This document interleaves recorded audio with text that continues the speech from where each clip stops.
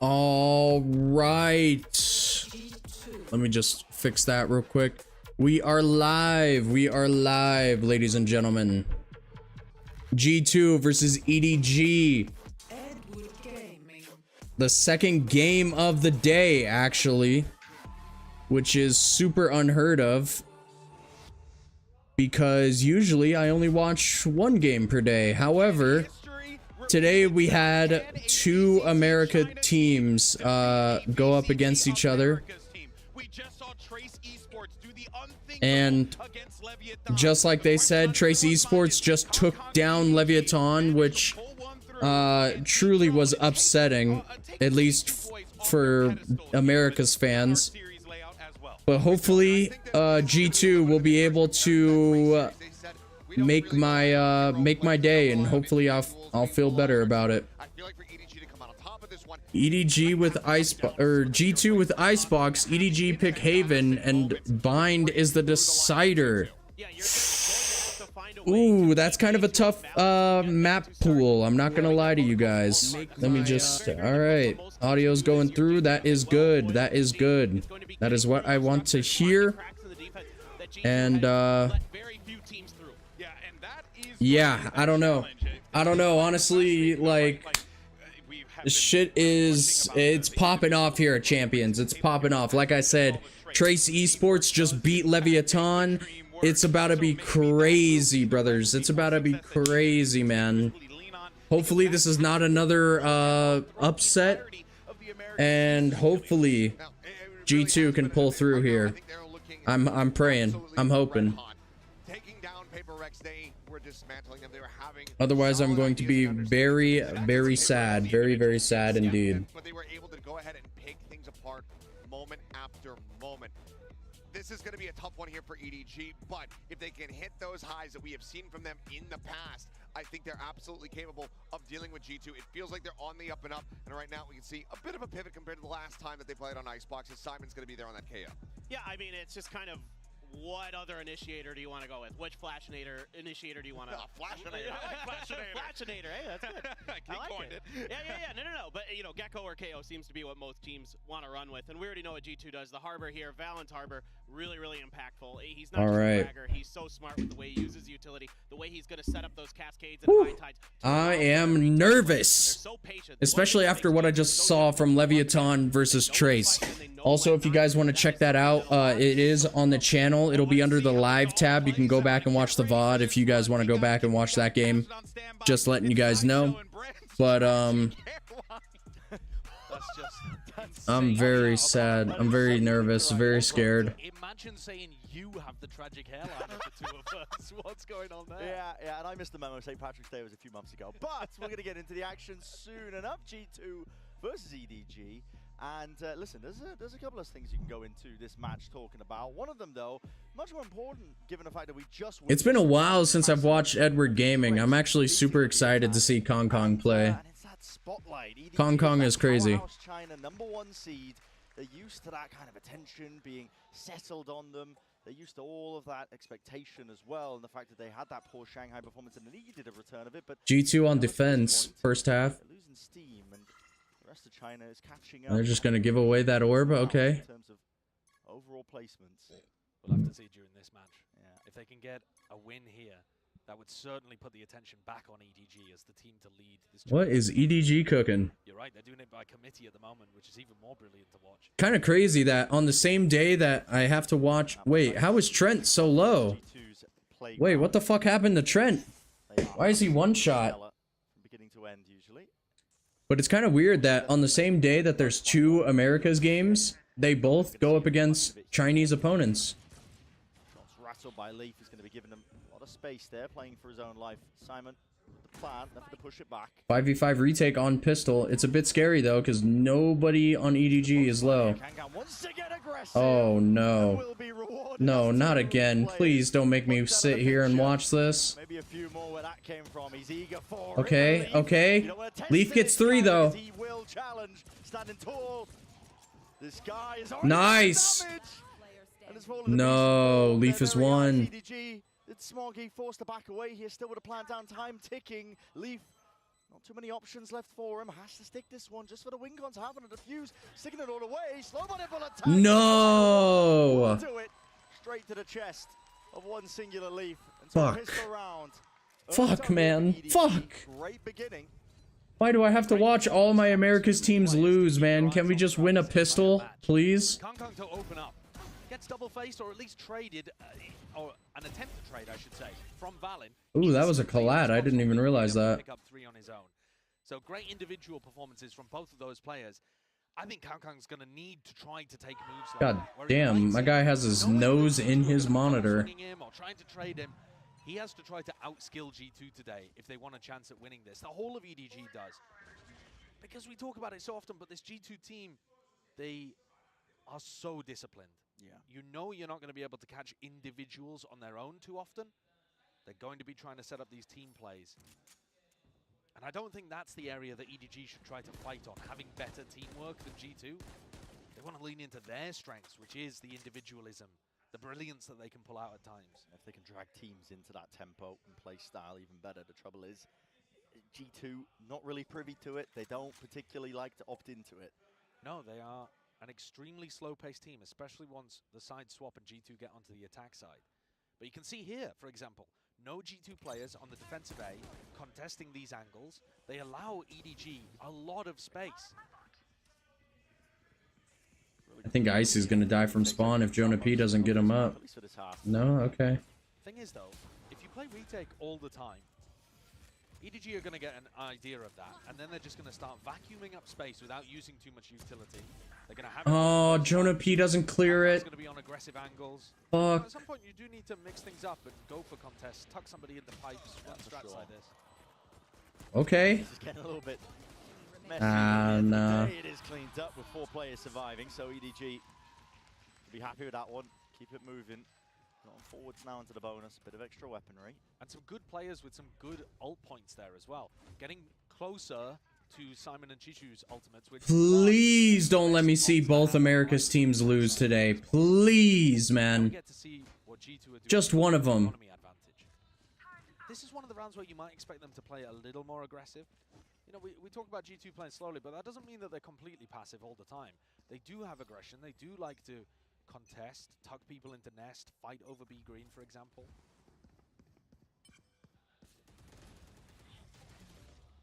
Deep tap over there. Not too sure if the orb got grabbed. I don't I don't think so. it did. Yeah, no. Just trying to see whether nobody and Smoggy are going to sync up that utility combo that we see from a lot of teams on their attack side. Notice as well that Chishu is not using Nanoswarm to deny pipes, but Trent might get overwhelmed. Yep, might indeed. Underhanded flash. Oh my god, no. Take that point and contact. No. Direction still. 2 left to stand here for G2. 3v2, please, Leaf, bail us out. Leaf! Massively so, in fact. Now, Oh no, bro. Oh, it's fucked. Fully empowered. A bonus round win. Bro. That's a fantastic beginning for EDG. They used No. very little utility. Dude, I'm about to watch both of my America's teams lose, man. Fuck me. Didn't use a Nanoswarm to deny space. They're not using util on A already. I stayed up this late for what, man? For what? Back a little further. This time there was a bit of a brawler scrap on site, but you could just tell from Leaf, you gotta win that duel, man. Fuck. The EDG were pushed up that far. He thought they were still sitting back waiting to exec.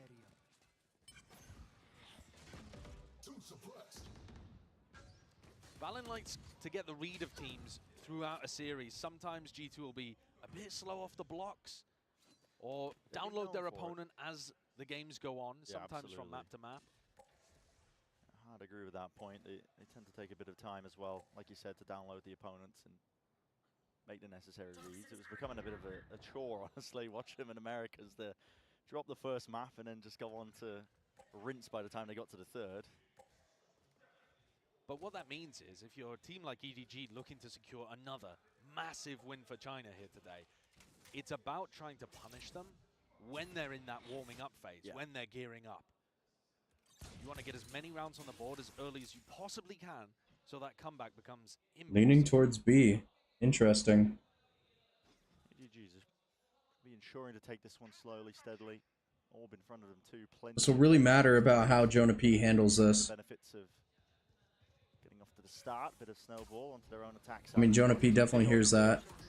Oh, fuck. Letting rip right now with a no command, at least to get a bit of safety down onto the site. Nobody to get this plant down. Wait, Jonah P? We're dying to a fucking molly? Simple cleanup. Yeah. But a pretty big ult expenditure. It's one that Simon... What am I fucking watching? It's about to be 0-4. What the hell is that? Bro, these guys are cheating. Ain't no fucking way, man. They're fucking cheating. Somebody check their PCs. Somebody check their PCs, please, for the love of God. EDG are just kind of waltzing on in there. Oh my God, Jonah P. We died to the molly. Drift over towards the A site. We'll see though. G2 also coming up close to a couple of ults of their own. Big one. Hey, get off your phone. 2 from the lockdown, Reckoning, Thrash 1 away. Kill could put that onto the board, but G2 have got to start, I think. It's like 5 a.m. here. Who the fuck is texting you? Again, the knife just tagging onto the two. They are not letting G2 get this ult online. Ordered back, pushed away, and Jonah P is going walkabouts here with a wall in his face as 2 players side by side again. No, no. Are they going to be capturing it? Looking completely. And they get both. Oh no, bro. No No. response there to the audio cue of the wall falling. They're already pushed up too far. Oh, Leaf. What the fuck is that? EDG looking like this one is far too easy for them. Simple stuff. These first 5 rounds that we've watched, I mean, look at this. Yeah, okay. Alcott making a bit of a fool there, making icy dance and taking the pick.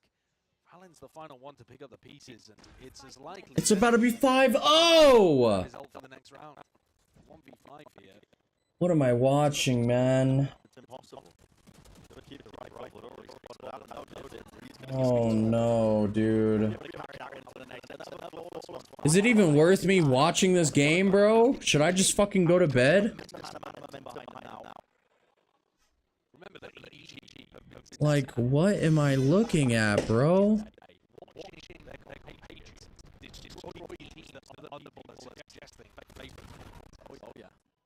They don't know if it's going to go 2 maps, 3 maps. They have to be ready. They're sat there backstage waiting to go on, thinking obviously about the game coming up, but also watching the match, realizing, wait a second, our region is doing extremely well today. And if that didn't give them enough confidence, how about a 5-0 start against G2? G2, early timeout. I mean, First one down already. As you said, mainly on the attack side, the calling of Valen. He'll be running rings around teams. He'll be calling perfection, the ults in terms of how they sync it up. It's all being worked to a masterpiece. But they're not on that side yet. They're on the defense, and they are struggling. Hence the timeout that's being called. Adjustments have to be made. Valen is in his window setting. But, I mean, G2 just losing track.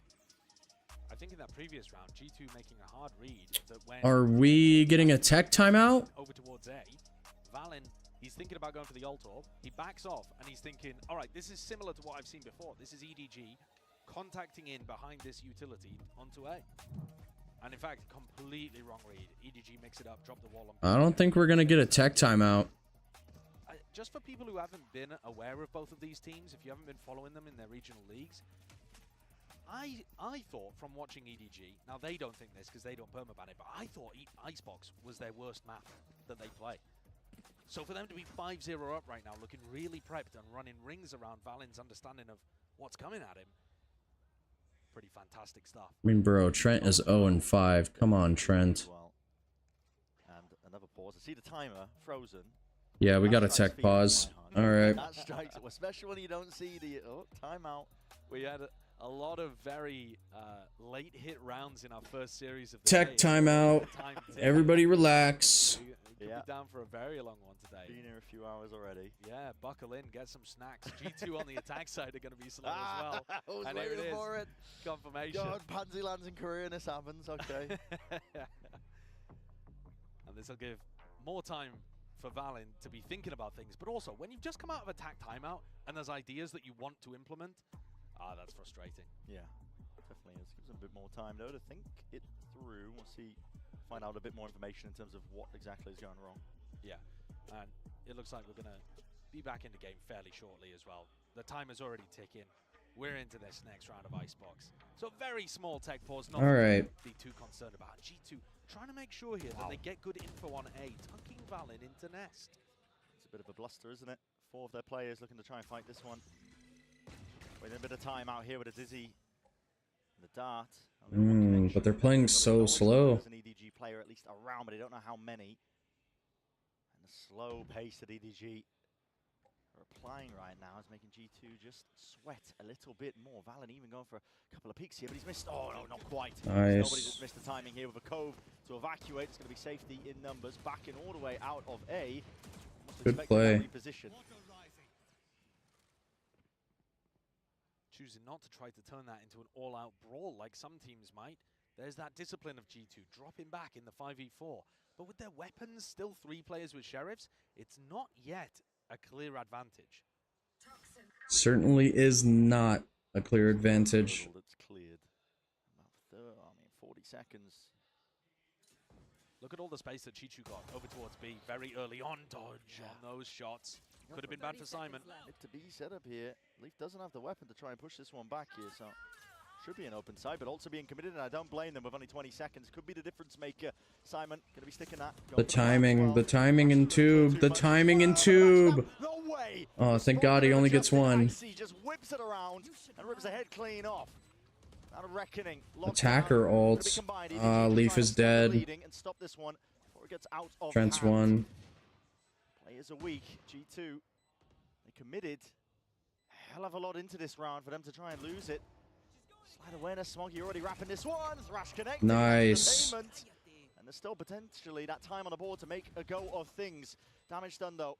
As a casual reminder, and Simon still with that nade in his back pocket. Could play spoiler to absolutely all of this one. It's already gone flying and Trent is finished. No, and the wingman's dead. And already, I hear it, time has just squandered. No. G2, but the kills.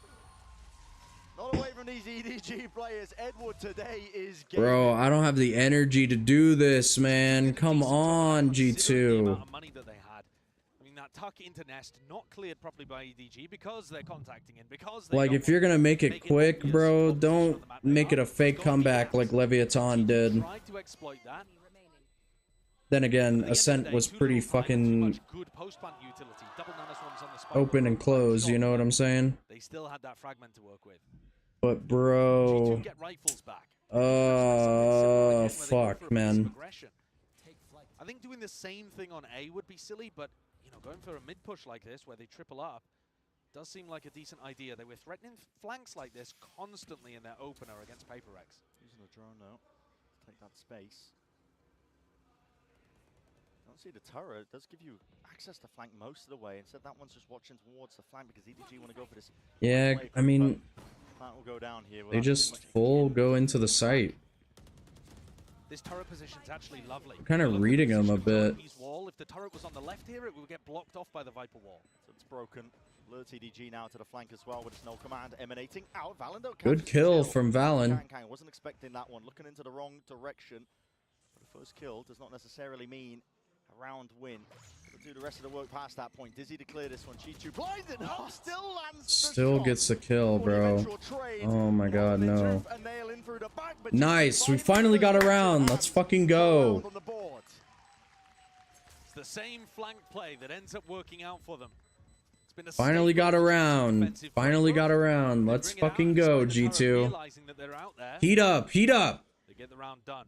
Mostly thanks to Valen and what he was able to do to control the post-plant aggression. You watch him take down Kangkang there. And that's an absolutely vital one. In those kind of spots, the Jet's always going to look to try to get aggressive and open up some space on the other side of the map. So the first attempt to stop the bleed in there from G2. Now they're going to start to get ults online as well, but I'm sure EDG are thinking up a response. Yeah, that's despite the fact as well that Valen at high seed ended up using it into that half by round 6. To no avail. They're almost halfway to him again. Very true. All those kills and the diffusers stacking up. This looks a lot like the same setup as when they pushed Valen into Nest. I think when you push up deep like this and then you get a recon dart, you can be pretty certain that EDG are not just going to contact back in. And they're just full running, full sprinting. Simon with a tap as well. Trent too far away for the Hunter's Fury. Yeah. but he might get it on the next tap. Walkabout Sleep has got to put a Nice, Leaf. Good shot. Movement, making sure that he stays frosty, aware of all these possibilities. Chichu is being caught out of position. Nice, Icy. Heat up. Pressure does not do enough. So with Chichu dropped, that's 2 players now down for EDG.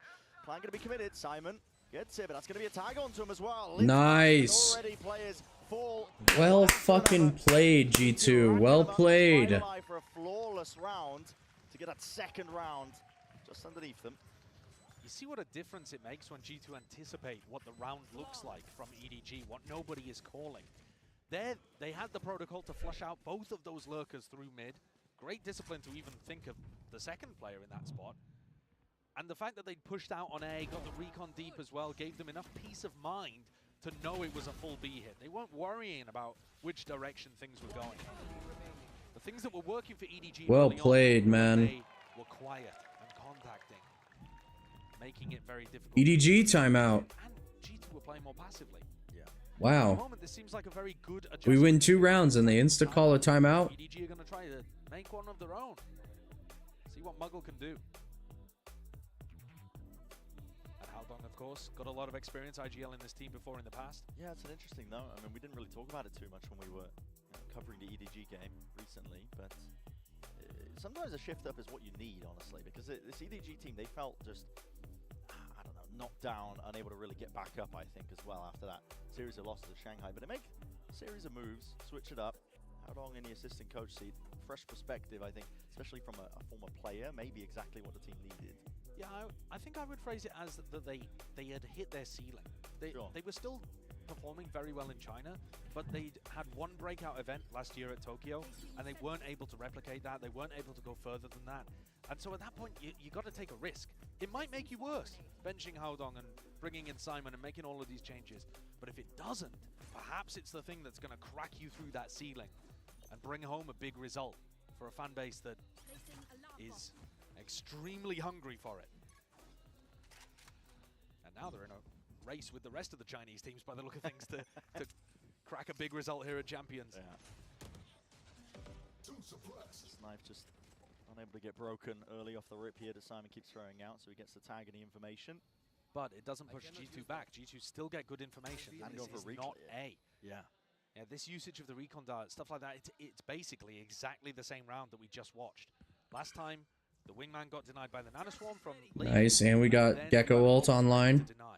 I could see a very similar round happening here unless EDG have got something different. Well, the shock's a good first thing that's different.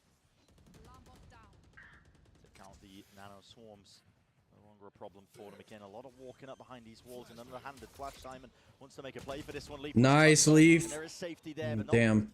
for the rest of the rest of his team. They couldn't quite follow up on all of that, so he's going to get traded. Tag up into the back. Thrash now followed through, straight through onto the side, but broken just before the detainment. Onto the high ground, Kang. He's getting quirky with it in terms of trying to play this spacing and timings as well. He's already flanked. Leaf. Or Icy. Expecting it. Deep dart. To follow off Icy, we don't hear that updraft? all these players, because Kang Oh my god, no. And it's over. Holy fuck. Oh, fuck me, man. Fuck me. Obviously, great individual play from Kankan too. But I gotta give credit to Muggle and Haldong. We were just talking about how good the tact time. I'm sorry if I'm like complaining too much. I mean, EDG is playing this really fucking well. A round that looks exactly the same to the one they just ran. I can't believe Icy doesn't hear that updraft and expect that though. They trade out Leaf, who had the lockdown, and then they have all that Dude, and then he position for fucking Kankan to one go nuts taps to the us point. like, bro, he's getting disrespectful, man. This playstyle of EDG, it is almost hard countering the fact that G2 don't really have. Wait, he fucked up his orb. That's unfortunate. That's really That's bad in this huge. patch. Yeah, we won't talk about that. Yeah, you are not going to have any smoke for mid now. It's a good job that they break the turret, otherwise that would be giving permanent mid info. Yeah. Well, the point I was just about to get on to is that there's not necessarily a natural op carrier on the G2 side. Something to punish, I think, a lot of this contact play that EDG are going for. It's a great point. Icy, even when he plays duelist, doesn't pull out the operator too much. He is almost the opposite of Kankan in many respects. Yeah, he definitely is. Not leaning into it. Although Kang's rifling definitely been on the up and up now. A year plus, to be honest. And Again, that contact place down, just walking all the way up. Shot dart again is good. Dash. Wow, the shock dart to clear everything, bro. Fuck. Most of the way up. Another plant down. Shock darts are missing. Ah, Trent, you missed your shock, man. Into round 10 now. Kankang's playing for this, trying to deny the lockdown. He knows what to play for. Just needs some supplemented utility as well. I can hear the footsteps. Lovely. No. Just rips two of the heads clean off G2. He kills Jonah P on the fucking flank. Spam through the box. Leaf is lucky to be alive. He'll be backing all the way away. Needs to be defended here. They want to keep these guns. This G2 team that's normally so good at shutting down star, superstar, individual players. They just cannot deal. I mean, cheeky. They cannot deal with Kankang. What we're getting from Kankang in this map so far. There's no fucking way, man. There's no fucking way, bro. Top of the scoreboard.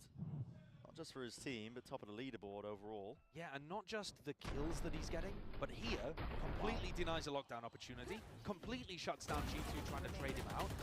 You know, he's facing two players so often and killing them both. And that's going to win you rounds. G2 are going to be desperate to salvage up any rounds that they possibly can before they get into that second half here for round 11. I'm really about to watch both of my America's teams fucking fail. Down through B main, less thing to worry about. It's 2-8, bro. I'm getting flashbacks to Ascent.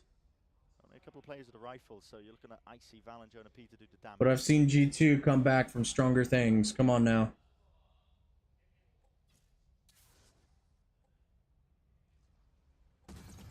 Drone, get the tag and a break. Yeah, Simon backs off as Chishu goes forwards. They're hoping that they don't read there was a second player there. And it's just barely held. Jiggle peaked as well. Chichu almost lucky to be alive. There was a couple of players that quickly were looking to try and put a stop to this one. Trent plugs up the gap in through mid. A is extraordinarily open, but if they come into the B split, Jonah P could win the round still. Valen's dropped. I think that's through the window. I took a drink and Valen's dead. Just with the stinger in hand, close quarter combat. Even with him being set up for it, the pit's still up and active. Nice, Icy. He does drop Kang. With the dizzy broken as well, he knows that there's even more where that come from, and Jonah P's worked this. Nice, Jonah P. Good timing. Expecting that level of awareness that went missing there for EDG into this round, and it leaves it to Chichu. One player running and gunning, but time is against him with only 12 seconds to do it all. Him versus Jonah P. The timing should be granted. You need to hit a miracle. Nice, Jonah P. 4 on the round. Big. That is brilliantly played by Jonah P. He gets out of his pit for a kill over towards Orange, and that makes the rest of EDG think he's still playing on site. He manages to duck back inside his pit. That kill there. Yeah, that kill is just so big. He manages to duck back inside his pit, and then they don't realize he's somehow managed to loop-de-loop behind them and picks them both up from behind. Big Jonah P, He's called the big. professor for a reason. And that was locking down B with a Viper's Pit 101. Learn. Yeah, I take that class. Wouldn't do me much good, but I take it. I think the classes are normally more generalized than that. Yeah, it's that's extremely incredibly specific for an opener. Yeah. Egotistical professor. I mean, we've all been there. Not me. Didn't go to university. I got kicked out. It's round 12. And there's big ults online for G2 here. Again, going for this re-clear into mid. They've been doing this quite a lot with the drone.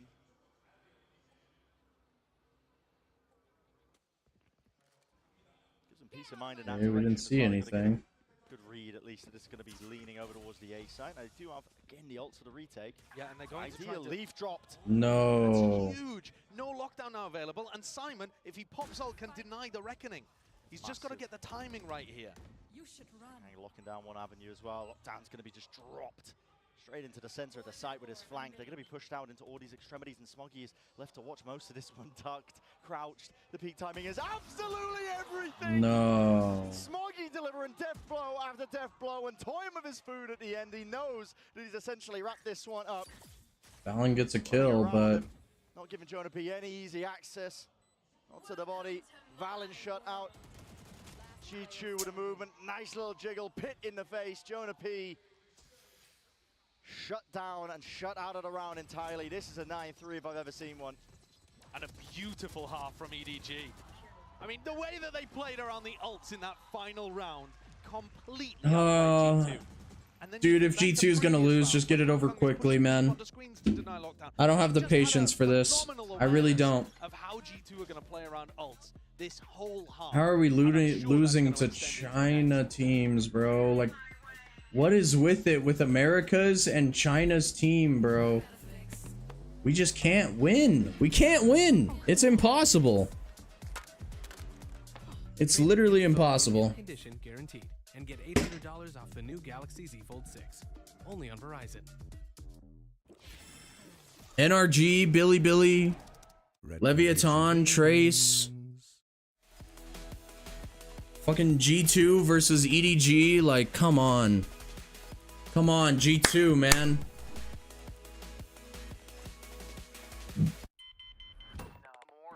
We got more ads. I'm just gonna go ahead and mute this. Oh, bro. Chat, I don't know how to feel right now. Like, I'm tired. My teams aren't winning. Like, I don't know what to say anymore. I really don't.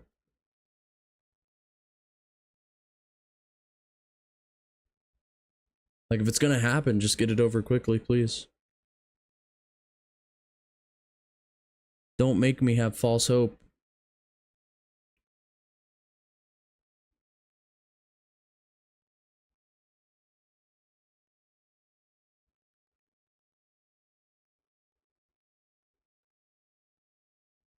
Like, I'm so concerned. I'm deeply concerned, matter of fact. Like, I'm so concerned, I'm about to just go on my phone. Stream's back though, so go ahead and add the audio, but now I don't know what to say no more. Global event, I think we've had a few upsets now, early days so far, but with all the #1 seeds just taking a knock, and EDG looking primed and ready to take one of the best maps from G2 for G2 away in the form of Icebox early on with this 9-3 beginning. My goodness. I just hope G2 has a better attack. That's like the only thing. Probably would have liked to have done this at Shanghai, but they'll take now. Yeah, absolutely. Actually, that's a great question. Would you have preferred to win in China or win champs? I think most people would still say champs. Oh yeah, but to be probably. honest, that might be a tough question for some of the Chinese players. But I mean, we're way ahead of far away ourselves. from that. Way far away. But it's I hope difficult not to so. get sucked up into the hype. Again, EDG, if they're able to close this out, would be looking good to be the best performing #1 seed in the tournament. Yeah. Which What a world, man. What a world. Yeah. G2 have got some time to fight back, but they need a pistol here for it to seem even remotely doable. That's the trouble, is their attack side does look G2 good. go for this default on B. You need a pistol round to even just get the buffer room to breathe, because EDG win this one, you're looking at... And instantly all that util shut down. Wow. At that point, it's just, I mean, it takes anything. A swift breeze can potentially take you over the finish line. This is where nobody absolutely shines. If there was a lurker over on A, he's dead right now. I mean, the risks that he's taken, he's a very feast or famine player. We do love our nobody. But nobody over on the A side. It was just guaranteed to his team as the IGL that this is a B hit. They should be able to completely box G2 in here. They're going to go for a refine, a reclear. It's just a contact swing. No. Taking the fights as well. No. Get dangerous, and Dire still winning it potentially out as well. Kang needs some help here over the shoulder as well. Reinforcements have to arrive. He needs some defense. No. But still, yeah, Chichu is right there alongside him. How could I doubt? The 10th round, a pistol round. EDG. Dude, it might be over. Oh yeah, they've heard all about It might be fucking over, dude. Looking great. 10-3? Oh no, it might be over. That it was on B. Is it a risk to go for a reclear like this when you know that they're 5-stacked in B main? Absolutely. I mean, you're opting into a numbers disadvantaged team fight. And yet they Am I really about to watch both of my America's teams fall flat? And their players are popping. I mean, just take a look at the scoreboard here. And then tomorrow, possibly do the exact same thing? Smoggy was amazing in the game against Foot. Chichu's at the top of the scoreboard. Everything is working right now for EDG. Right here. It would be unfathomable that they drop this map from this point. It really would. And that's without taking anything away from how good G2 have looked here. It's just, it looks like EDG's day here on Icebox. Right there. The read and more firepower hitting. Weapon in the hands of Smoggy. He's hearing all this noise. Bullets sent flying. Straight into the back here. No punish. No, almost catching. No up. way. He's going to get overwhelmed. Surely will fall. Drop the gun into the laps. Good trade though. 4v4. Might get against him as well. It's long rotate. Who has the Spectre? Trent? Tucked up position as well from Trent and Valen. Looks like Valen's trying to bait for Trent. It gets tricky at this point. It gets Oh, no way. moving in and out as well. They're in the walls, man. They're in the walls, and it's all about collecting the kills. Wait, how is Trent dead? Opportunities are presented to you, Kang, not to be denied. It's It was over. looking tricky. You can see the health on a few of the players just to the right, especially when they get that plan down. I start to get a little bit worried, but all contained, all maintained in the end. And Haven is the next map? Oh, brother. Dashing into I respect that. That's ridiculous. It might actually be over.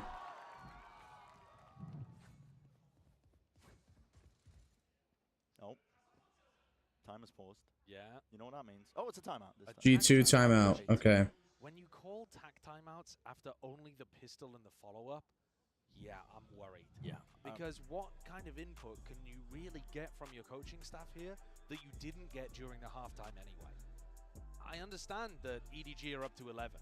Maybe you just want to run through the bonus, figure out what's going on. Maybe overall things are off. Comms, somebody's freezing up on stage, someone's not playing as you would expect them to. What the fuck? But What the fuck is... Why is there a bear on my screen, bro? What the hell? Timeout that G2 have access to. They're 8 rounds behind, and EDG are 2 away from closing things out.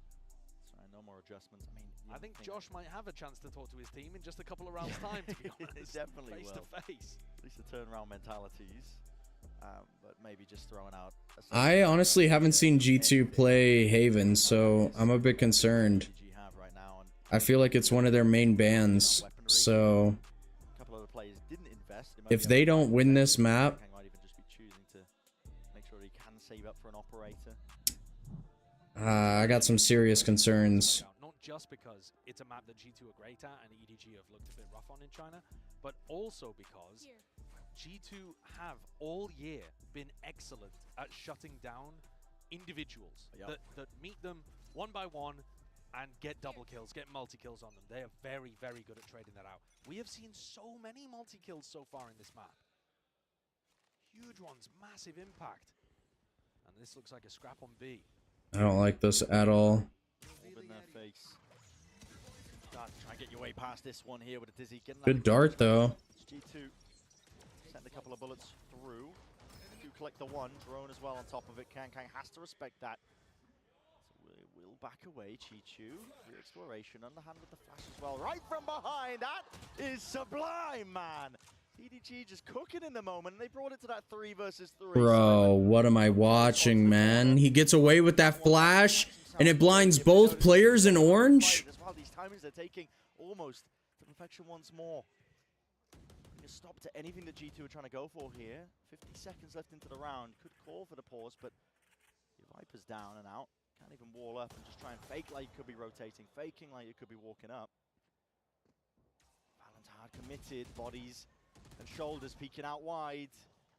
In the danger zone here though. Chi-Chu just open. Wait, good shots from Valen. Hold on now. 3v1. Surely we don't lose. Simon now. Last one left. First one's good. Oh, hell no. Players to deal with. It was just a slight Oh, hell no. Don't tell me. To set this one up. Simon, a wonderful job to try and isolate these fights out, but only 2 bullets. Don't tell me. To work with. He has to commit to the reload. Let's go. Face, that bullet just will not land. 1 round at a time, chat. 1 round at a time. At least on Icebox for a little bit longer. First time actually. If there's any team I believe in to come back from a 4-11, Like a piece of aggression. it's got to be G2. I think risky. We've talked about it being risky in previous rounds, but this is the first time that they lose it. Normally, they've still been winning out these situations, even when they take fights out in the open, trying to force the tempo up against G2. They would have to take risks like that and lose it so much more though for this map to become even close. Oh my god, Jonah P did the same thing. No way. Why not for Jonah P? Brutal. See, the thing is, people are going to Oh say hell no, bro. that Jonah P's rattled in that situation, even though Smoggy did it earlier and Yeah. you know, he When they were was dominating. massively leading. Oh, yeah. Not everything's fodder for the armchair analysts, but It is for me. Ready to pick it apart. 2,000 years of Roman war can teach you. And Kong is in the fucking in our nest. Committed. He's got nobody alongside him here. Oh, the flash clears. Nice. Nobody. Again, seeking to at least potentially get a few more kills. All for naught. Two of them dropping. Jen. Was seeking a timing, but now he is just fully committed once more into the corner. Chichu. Nice, good trade. Space, but he's traded in that discipline, rearing his head. The G2, he was singing their praises, expecting that level of play from them. It will grant them at least a round winner. It looks towards it. I mean, there's no real chances for Smoggy in this spot. There shouldn't be an opening. And I do like that you highlighted that discipline because you could see that spacing super nice. tight. Good lurk, Jonah. Well, good lurk. as Trent Hold up now. We might be cooking. So that Jonah P can get the backstab. G2 are trying One round at a time, chat. What did I say? One round at a time. If there's any team to do it, it's got to be G2. Slightly off, just ever so slightly in terms of those multiple swings and timings. I mean, there's a pretty big difference between getting two players, one trying to trade, and Simon there getting swung with four at once. I heard the crowd go, oh. Shh, keep it down. Oh. I mean, you can't ask the crowd not to react when you bungle something at the beginning of the round, man. They're just gonna do that. That's funny. That EDG. is funny. Lighter weaponry here. Went for an attempt. EDG on a save. So theoretically speaking, G2 should have this round in the bag. Very pushed up through A main. Looking for a play. G2 with the peak though. Turret did not get broken. Yeah, both turrets actually staying alive throughout this round. The weaponry doesn't really seem good enough here, but... But they know. Kong is wrapped all the way through. I mean, EDG have got the hardest read in the world, of course. Nice, Leaf. Good kill. Good trades. Good trades. Good trades. Jonah P will offset most of it. Yeah, Good trades. There are a lot of threats in that Nice. Well played. Well played. Thank God Leaf went back and re-cleared spawn. Between either Chishu and Simon, and then trying to set up Smoggy, who had the stinger. Jonah just swings kind of behind a few of the rest of his pack and takes them both down. He's anti-flash. Deals with them really nicely there. Sorry if I'm yawning a whole lot. I haven't gone to sleep yet and it's about to be 6 a.m. So I apologize. For big moments. I apologize if I'm yawning or if I seem to be a bit low energy. To save the ults for when it matters. And right now, this round, But right now G2 is making it interesting. Or at least trying to make it interesting. It's not exactly interesting quite yet. Take flight. Stretch whatever resources you have. Really quite thin. Drone. Tags onto the one with a dizzy as well. So nobody knows that there's two players here. Despite that fact, he's not backing away. Wants to take the up close angle.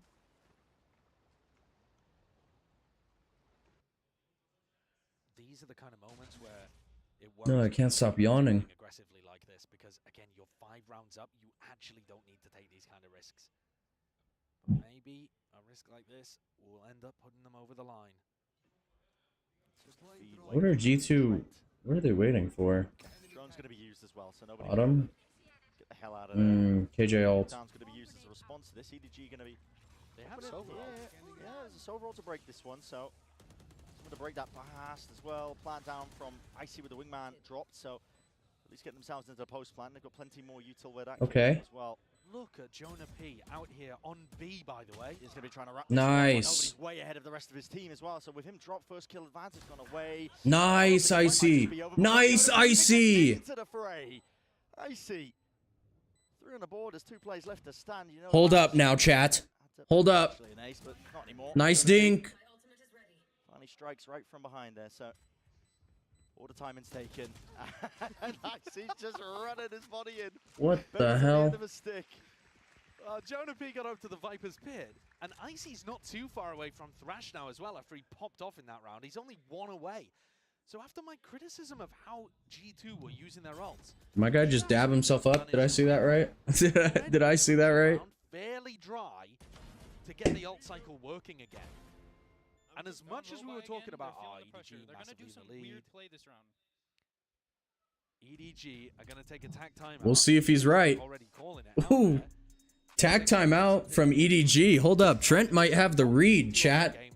Might have the read. I could absolutely see that. I mean, Kankan also has Blade Storm. Yeah. If there was going to be any round where Kankan What you doodling over there on that notebook? or something. What you doodling? Some kind of weird thing that Howdong's cooked up. Yep, It certainly. would be this one. Yeah, but what I was going to say was G2 are actually starting to make this look reasonable. The gap's down to 4.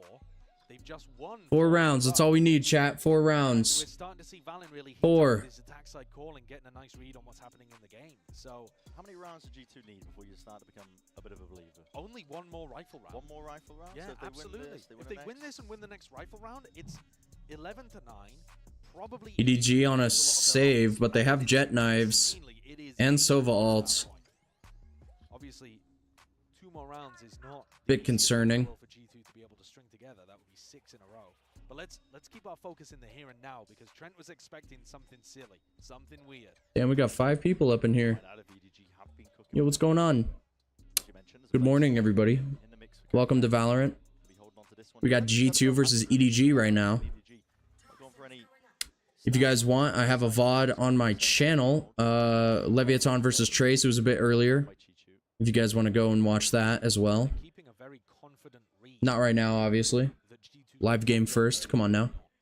You see that the A site is pretty open almost all the time. It's only nobody holding towards there. This looks like very specific prep they've done against G2 and Icebox. Yeah. And thus far it's been all right. But G2 have done great with the space that they've taken on A. They're so patient here, G2, waiting for I that keep pressure. yawning. I'm so sorry, chat. I keep Also yawning. pushing them bar for bar with the patience. Yeah, right down to that minute mark. And through mid, Chichu wants to take it. Turret went off. Wide committal. No heads to be popped. You can't allow the time to run too low here if you're Valen because nobody has that. Whoa, obscurity. whoa. Seeing that pressure as well, might be calling for a few bodies moving over towards them. Not too much shift though occurring. In fact, EDG are kind of scattered to the wind right now. In fact, making the rotations over towards A. And here's the danger zone that you were talking about right now. Oh, they're getting ready. They're getting ready. We gotta go fast. Play off site here, play for your ult. Yeah, but he's not intending to do that one. I see with the plans. Already 7-4s need to be the No. No. Nobody in Chichu. They strike from the sides. Don't tell me we get thriftied. Double pronged in the approach, and guess what? It's worked out fully in the favor. The flash repeat again in the refight here with the right. Valen gets one. No. Already it's tumultuous indeed. Time. How is Valen the only one getting kills, man? EDG up to that 12. G2 were ready for it. G2 knew it was coming, and yet they still could not stop it. It's not over yet. Perfectly into It's not over yet. G2, He had I 4 think, players rotating still over have the money. inside, They only Kankan on the other side surely of the they map still have money. before the plant was even. The fact that Icy loses that, and then Jonah P is just running out in the middle of nowhere. G2 ended up being their worst enemy there. Time was not on their side. And now, whereas it looked like those 4 in a row were going to set a comeback on the path for G2. And it's not over yet. It's not over yet. As I said earlier as well. We can get overtime. That 11th, you know, all it takes is Let's get overtime. thrifty. But now they're reading G2. Here for EDG because They're just stacking 3 everywhere we fucking go. Playing it slow initially here, but now waiting it out and taking a main control. They have ults to use. Expend, but EDG are ready for this one. There's a knife held into the hand as well with the drone, and to the thrash is going to be cancelled immediately. And nobody No. in their faces, a flash and an overhead. Icy gets Somebody's 1. swinging Icy gets wildly 2. into them and still returns with 2v3. Just before that trade comes up with 2 left to stand from G2 themselves. Dizzy, drone, I believe, spotting both. And this is a disaster for G2 here. Individuals have to bail them out of this dude. spot. 50 seconds, you can afford to slow it all the way down to a crawl if you want to, but couldn't have asked for a better beginning to the round here for EDG. No, they're looking good for it. Nobody tucking himself into generator. Is this a spot that G2 can even afford to clear? This setup looks nice from We have Dart, though. That should clear it. Dart though, that's not broken. Trent though, he's going to be dropped and damage done. Icy's low. Wingman broken And once Wingman more. breaks. Icy. No. It's the K down, a tap, forcing them forwards into the fight as well. Needs to try and isolate some of these fights. Done so, 1v1, all to survive. Nice! Let's fucking go, Icy! It's survival. Oh That's what my that means for god. G2. Huge, Like, Icy, did it take everything huge. from them. EDG's setup looked really solid on site there. They've been breaking these wingmans very consistently when they've been coming into A. Thrash I was don't know how he got irredeemable. that kill blind. Didn't make a difference in the round at all, and yet IC didn't need it. Great kills towards the end, and fantastic fake plants for him to be able to get up into a position to win that. That's how I just felt, and I'm not even playing the fucking game. An attack side op to try to make something happen. 4 chances remain for EDG to close. Leaf has an op. Kang himself wants to go with things. See, this is where Activated off the back. G2's game plan fails, is when they just immediately hard reclear. And now Concon can just sit there and hold it the whole time. Nice, good pick though. He hasn't been punished for these peeks onto the turret up until now. Did we already use drone? No, Trent still has drone. Get a spot to And we still have Dizzy. We could re-clear B main. no idea. But the ultimate, like, He looks like he wants to take another swing at this. it doesn't. Oh, maybe Valen has the read. Turret up for mid information, but they're so hungry for it. Yeah. Difficulties here for ED, or for G2, I should say, is don't want to be running into the same problems that opened you up for the thrifty loss earlier. Valen seems to have the read on this. Time becoming an issue once more potentially. Thrown up and over. The nice is dodged. Only tagging onto the one as well. Might be a bit of that false information. Oh No. Simon is eager for the And scrap. we don't punish. Come up with the one. Is he going to be into his face as well? Plenty of targets up. No. What? And this is it, surely. How? The impetus to take away this Trent man. gets the That was trade, but like, ready and waiting. Trent no. is spotted, taken out, swinging wide. Simon denied, but not enough to deny. I see that one still. Dude, how the fuck do we not kill that KO, man? Now I'm very worried. Because I have not seen G2 play Haven. It's looking pretty fucking scary. I can't lie, it's looking pretty scary. By taking Icebox away, and it's their brand new player Simon that closes things out. Phenomenal stuff from EDG all throughout the map as well. Absolutely deserved. And now it's shaky ground and territory as we look forwards to Haven. Map 2 for G2. The fake comeback again, man. The fake comeback again.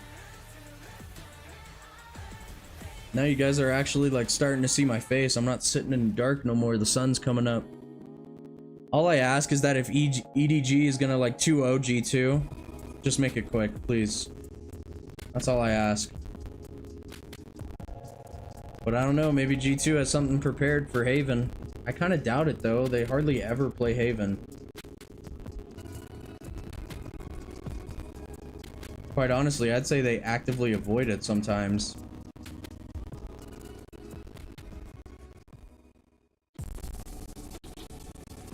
Once again, I'm sorry I keep yawning. It's really bad, but I'm also pretty tired. I can't lie to you guys.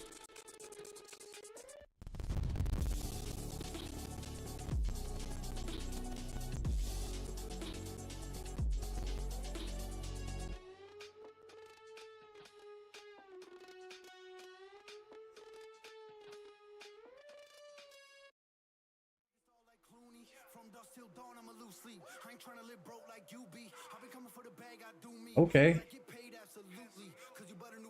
Pull up some bops.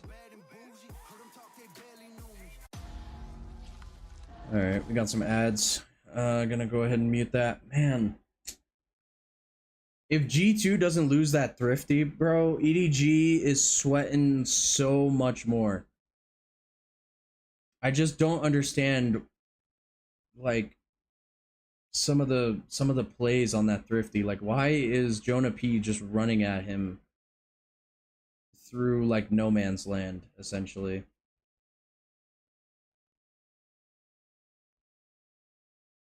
And I don't know if Valen was alive, but a cove there to protect that wingman would have been huge. But like, I feel like that's part of the problem, is that a lot of the A plants that they were going for, they weren't breaking the util like EDG was, and then on top of that, there was no cove to protect that wingman. If there's a cove to protect that wingman, it at least buys a few more seconds, you know what I mean? Like, it at least gives them a little bit longer. However, there just wasn't any.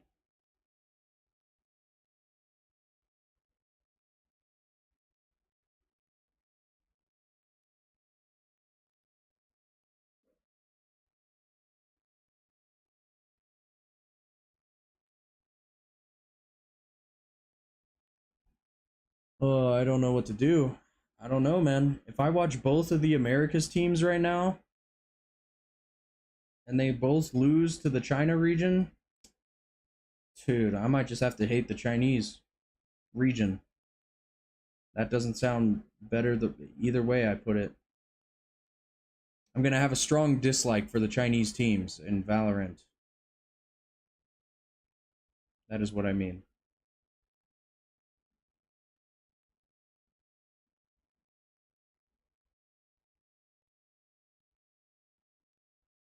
Alright, official broadcast, we're back.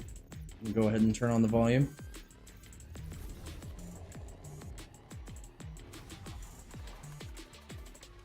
It's a great day to be a fan of VCTC, and I'm now joined by the head coach of EDG, Muggle, and Luna here to do some translations as well. Now, I've heard a lot of discourse. Hey, it's Luna. EDG this time around is giving the same. You guys were around during my Shanghai watch parties. You guys underperformed a little bit. So, how did you guys? You guys know about Luna. And look this good in the space of time that you guys have had.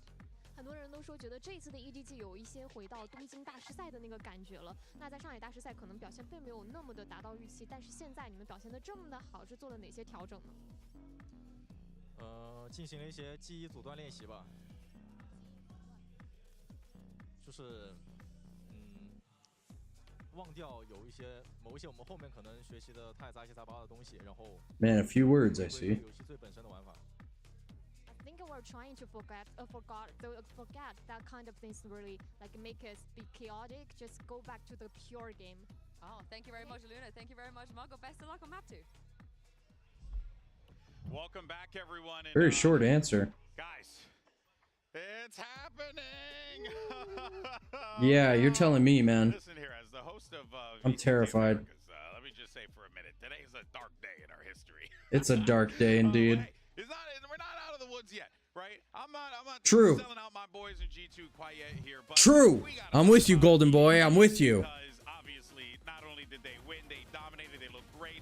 They had their number. They shut them down round after round. I mean, Paperton, this was clinical from them. No, I'm very, very impressed here with the game plan from EDG in that they get to the post plants, and what would normally happen with Paper X, they're sitting way back. Like, their furthest like forward player on A site is on A nest, and then they're like dice and then on the back. Yeah. They're getting ahead of that. They're pushing screens. They're trying to contest G2 when they're trying to cut in towards the site, and they're cutting players down on the way through, and that's what started to snowball their success, snowball these rounds. And then when they'd get a little bit spicier, when they'd start to get the mud flowing, is when they get a few of those opening kills, and then they'd start pushing. Join me in the mud. Right. No, but I will say though, what Coach Muckle said, I mean, they played beautifully. That wasn't money at all. They really did. I mean, can't deny that. Yeah, Can't deny that. A couple scary moments where there was a run back happening, but I want to highlight Kong and Smoggy because from the outset, to be able to get that 9-3 half to start things off, it was widely on the backs of these two players with some really excellent setups from the likes of Simon as well, whose util usage was very much on point. But Kong and Smoggy, they were doing the heavy fragging in that first half. They got them that advantage, which then made it a little bit easier to close things out on the defending side. G2 trying to make it happen. It looked like we were going to be going into an OT for a little bit there, but ultimately, EDG were able to put their foot down, and this is a fantastic way for them to kick off this series as, you know, again, G2 Super unfortunate. 100%, man. What a way to start off for them. And I'm really worried about Haven. I'm not gonna lie, I'm really worried. Because that's EDG's map pick. And like I said, I haven't seen G2 play on Haven for a long time. Which, I mean, that seems like a key to victory for them here. I mean, I kind of talked about it, you know, what we were seeing from them over at Shanghai when G2 were having their struggles, when they were dropping games. It's when Leaf wasn't able to find that impact. But similarly, we saw some struggles from the likes of Trent, who's normally very much on point when it comes down to Sova Dart lineups, but we saw a couple of them trying to interrupt those plants in that first half, going wide, not really landing on the mark whatsoever. So things like that need to be tightened up. However, as we have seen from G2 over in Shanghai, drop a map, get the download complete, come back in and dominate the series. That's still very possible here. Yeah, very true, very true. Possible. Right, well, let's go ahead and cool down on the existential dread of being America's fan for a second here and just look at some bingo. We got Not the bingo, some man. stuff to fill out here. So we got Icy gets first kill. Congratulations, Icy. You are very good at the game. And then we have Valen 3K. Ahí también. And then we get a tech pause. So, you know, just make fun of ourselves sometime. So we're so close. G2, brother, come on. You gotta clutch it out. G2 just needs to win a map. I mean, if G2 can get the win, Oh, yeah, if Clove gets picked at all, or you know, there's a couple different things. Team Ace would help. We're hoping for the G2 map win so we can get bingo. I think it has to be the series win. Loud ass noise just came from upstairs. I'm gonna go ahead and ignore that. Too much time. In any case, let's go ahead and hear what Josh RT has to say as we get ready for map 2. What does Josh RT have to say? Josh RT ahead of map 2. Now, we're going to Haven, and Haven is not really a map that we've seen you guys play a lot of in official, so True. without leaking anything, what can we expect from you guys? I think we're gonna have a much better performance this time around. I mean, we just experienced some tech issues in the first game, but given like moving past that. Alright, you can't chalk it up to only tech issues, buddy. I'm sorry, but we'll bring it to map 3. Thank you very much. We love new stuff. Good luck. Okay, a new Haven. Brother, I'm in. Okay, you know, sell me. Yeah, I mean, I don't think that's too shocking. This has been a very middling map for them overall. They've only played it twice and have a 50% win rate here in 2024 on that map. So doing something new, I don't think is going to be the biggest surprise. Yeah, I mean, they were just running the stock standard Haven comp, right? Like the breach and everything that you would normally go, the KO, Sova, all that stuff. So this is going to be interesting if he says they have something new cooked up. What does that mean? That worries me. Do we have a Neon in there, maybe? A lot of teams are leading into Neon comps. Icy on Yoru, That's the other one. and we have a Viper on Haven. And Kong, of course, going to be playing that Neon. Kong Neon. Real big impact with that. Yeah, I mean, but this puts I'm pretty sure that's the Leviathan comp that they go for. Solo duelist here needs to be really smart about his timings because we've seen so many teams struggle with just solo entry Yoru, whereas the Neon, that's something that can go in and very much take over games. Yeah, but this is a comp that Fnatic runs very, very well on this map, or very similar at least with the Yoru. So Icy on Yoru. I don't know how to feel about that one. As well, so you can use those walls to kind of obscure what you're trying to do with the Yoru a little bit better and things like that. So I'm really curious to see how this is going to work for G2. They've had some time to cook. This could be pretty spicy. Yeah, there's a lot of confidence going into this one, right? If you're G2, you put all your eggs into this basket. True. And it better pay off. Can they force a map 3? Let's send it back over to your casters, Bren and Sideshow. Please force a map 3. Yeah, it's a lot resting on the shoulders of these G2 players that this. Please. I'm sure that they put time in. I'm begging. Please. A map 3. Please. The fact that it needs to pay off here because you've already started a map down. It's unorthodox for sure.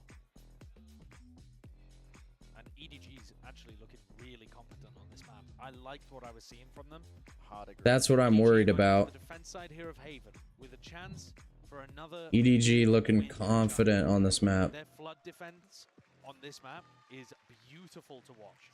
They also fight super hard over A lobby, so whoever's job it is to try to lurk down behind that Viper wall, good luck to you, buddy. Yeah, it's a gate crash though. It's dropped down, so I see feigning and faking that they're going for this A pressure. It's going to keep most of these EDG players at least tethered to the spot. Actually, both teams faking here because Nice. Icy sold that fake really well. Playing A when suddenly there's 4 players over in that side of the map. Both teams trying to obfuscate their intent here. The Nana Swarm dropped down. No. Unable to really rest the steady hands there for the kill onto Chi-Chu, but catching this in Nice. Good kill. At least in practice too. Trent does get that kill. So Kang down as a 4 versus 4. Spike plan of a G2. Re-exploration in through garage. This garage clears are gonna be scary, man. Squeeze the rest of his team onto these players here. Icy still gets one. Pull out your gun, Trent.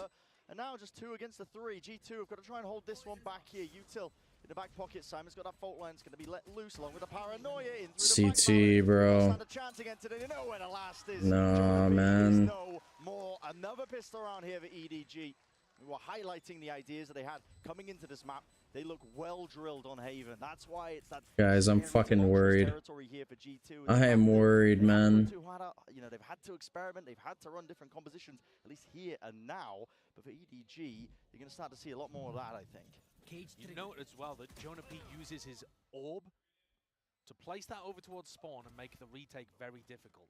Where did EDG come from? From the flank, from Garage. Only Chishu, the only player coming from spawn. All of the others went on the flank. EDG know how to play against this composition. You can tell right from the pistol round that they're comfortable playing against Viper comps. I'm worried, bro. I'm deeply worried. You're potentially going to be tested here.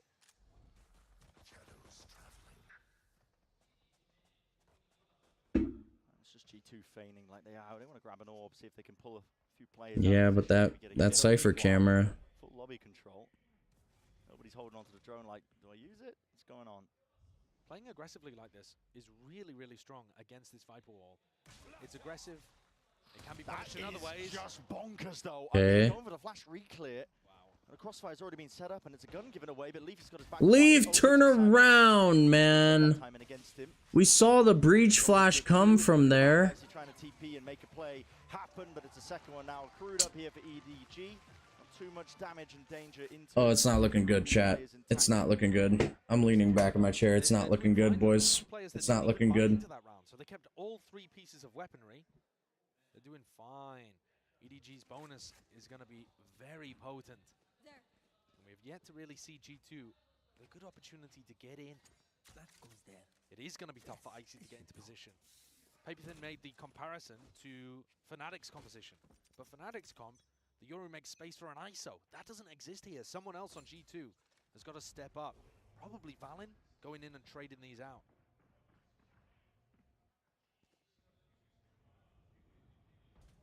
The soundbait here out towards This is A. not looking well. Still making it feel like it's only nobody home on A. That fault line still being held by Simon.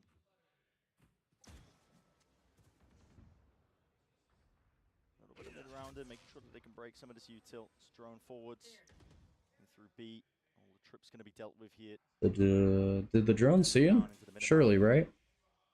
It's good defaulting. Oh, Simon, what are you going for here? You silly Nice. Dropped, man. He's taking Good risks. punish. Get that mid-round information. Help, help, help. Good punish. Over the shoulder. All it takes is a few bullets to drop down Kang Kang. That is an enormous risk. Just a hard Do they expect Smoggy to be this close, though? Wait, the timing. Smoggy barely spotting the shoulder on either side here. He is the one in danger. So at the end of the day, you got to take risks. It's a good paranoia. Good trade. Too many more of them as well. They want to make a Good trade. here, but Trent's going to be swinging this with the might of the rest. Good trades. They do put a stop to any sort of bonus round aggression. Kind of a decent eco, though. Yeah. I mean, considering the way that this started with G2 fully in control, map control all over the place, breaking all of the Cypher utility, like very good slow defaulting, the thing that you come to expect from G2. And it baits out that push from Simon, which was absolutely ill-advised. Considering that's how the round began, the fact that they've done serious damage to the economy. It's not too bad. Light armor on 3, Bulldogs on 2. That's a really solid bonus in the end, results-wise, for EDG. Probably going to be seeing more of the same here from G2. A little cautious at the beginning. EDG fully disrespecting A lobby, just walking all the way up. Now they hear the Euro all popped up, and G2, he wants nothing to do with it.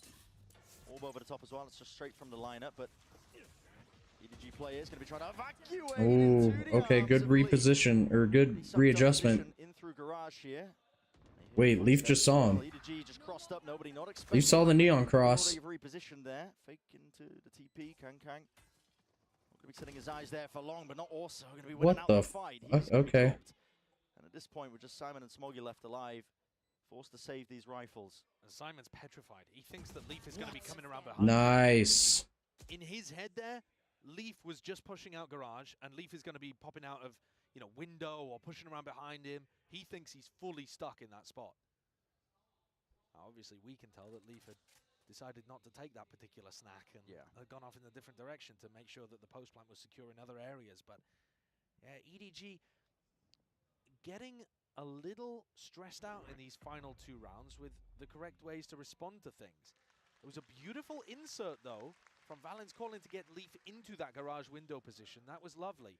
But what we've seen from EDG in China is that they enjoyed flood defending on C. And that means that Chishu, Smoggy would hold their ground on C, anchor the site, and other people would come in to reinforce that. Now, I think one of the reasons that they are feeling like they can't do that here is because Nice shots. It seems like G2 are heating up. very late into the round, because they can never be sure that A is clear. You watch the way that EDG defend on the A site, they're holding the fault line, they're holding the stuns, they're not actually going for early round flushing out A lobby. Valen's walked straight past, there's no TP necessary, nobody. Nice, Valen. Yes, it is these weak Good punishes. EDG players, and they want to try and make usage of them, but to their own dismay. Good punish, dude. Good punish. Yeah, I think you're right on the money as well, talking about that kind of push and pull from EDG, where the defense onto A, it's going to be weak. Damn. Kind of looking to do some damage. Yeah, it's not necessarily weak, it's slow. I think that's the biggest issue that EDG are currently having. In an ideal world, they would want to flush out A lobby, clear it out, and then get back to doing what they're doing on the rest of the map.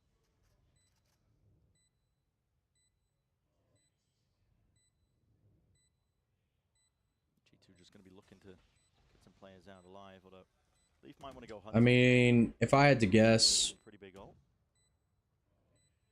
He's the one watching the Hong flag. Kong and what, Simon? I think that's how you pronounce his name. I think they're just gonna try and die. Jiggle. Simon spotted. Yeah, he's just gonna die to the spike. Last one left, right through the wall. And to add some additional Never mind. context to G2's Haven, we haven't seen it very much this year. No. We've only seen it twice, I believe. Both times playing this over Breach comp, which was a surprise to us. Because when G2 were playing in Tier 2 under the Guard, they were known for pushing forward this Viper Omen composition and really selling new ideas and ways of playing it. I believe they invented this version of the Viper Wall as well, whereas other teams were using one that goes over towards the A spawn connector. A lot of other teams stealing their ideas, loving the way that Jonah P and Valen were playing on this map.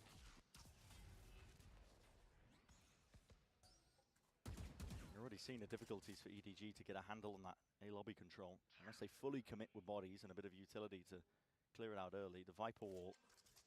Deploying drone. Yeah, I think nobody needs to be using his drone from short to clear out that area while someone else jiggle spots A long. This is a mistake I think that a lot of people make against this Viper. Certainly one the Sentinels made when they were playing. G2 right now, they're fishing for a couple of ults to be That Cypher camera is getting too much info. See the tap You need to break it and then tap. They had those protocols to Both flashes have been used, But they don't know where the camera is. clear for information. Unless they commit the site. Deeply committed to the B site, Which and 50 seconds on they the clock. might. They're not ready to flood defend into B right now. Now they're starting to get a move on. Now Simon's they're got the ult. starting to get here. Bolt line's good. Aftershock even better. Will be able to get themselves out of there with the util. Yes, at least now the Rolling Thunder clears it, but it's an open and empty side at the end of the day. Kang. It's like tap. Forced out the first wave of things, which happens to be the bullets. Snake bite, lay it out on top. Wait, it doesn't cover the bomb though. All grouped up. There needs to be an extra element here from EDG if they want to try and navigate this spot and situation. It's a drone out and through. It's going to get that tag onto Valen. Going to be util used to clear him out here. Wall blocking the way. Nice. Holding it down. Nice. And whipping the rifle around. Nice. Well played, man. Well played. Good post. G2, but very well organized and navigated. As I said prior, I mean, a lot of ults to try and deal with and get through there to even get themselves into a plant position. And they didn't bait any of them out. I mean, in terms of the post-plant ultimates, sorry. The ultimates that G2 had in their back pocket to make that post-plant a checkmate situation. Good post plant, man. Good post. Specifically the Hunter's Fury, but Leaf with the kills even got his lockdown online. That's going to be another amazing one to add to the arsenal. So, tag timeout called here by EDG. EDG timeout. They've got to figure out how to stop the Rock, because this is now 4 rounds in a row, likely 5 in a row, and they've used that breed ult.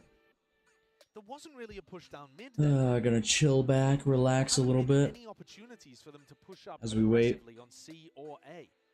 They tried once to get Nobody and Kong on a deeper line in A lobby, but when when that didn't work and the flank didn't pay off, it seems like they've been disinclined. Like I said, chat, I'm so sorry that I keep yawning. G2 have just got their run of the map. Right But like I said, I've been up all night and it's about to be 6:30 in the morning. Don't go into a site. They can go garage, they can go down short, they can go up mid as long as they don't go into big. But I am dedicated to watching all the Americas games. Tomorrow's going to be the real tough one. Across the map here, so Chi-Chu's trips, there's no play off of them most of the time when they're getting broken. He must be having a nightmare as well. He keeps buying all of this utility and then it just gets broken. Yeah. Within the first 40 seconds, you know, G2 just taking their time with that one. And this entire comp of EDG, it really relies, I think, Life of a Cypher. or knowing exactly where the hits are coming through. Buy all that util just for it to be broken. But when it's getting slow to a crawl like this by G2, they're forced to spread their players out, and you can't really play to the advantages of the composition. Here's a bit of a push, looking like they're trying to feign. Wait, that's Cypher Cam. At least with the early stun, and Kang is immediately getting the hell out of there, but it's just a cheeky play. Throw out there when your money's a little bit weaker. At least this time, though, they also have nobody posted up with a Marshal, so this is going to allow them to rotate other people off. Hong Kong does have ult here. I wonder if he's going to use it. This line that he's on is going to allow the defenders to stack more over towards C rather than keeping those three cemented on A.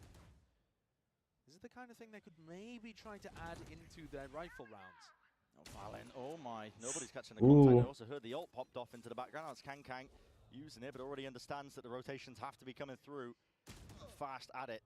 Nobody's going to need some help now. He's going to be swarmed into this short position.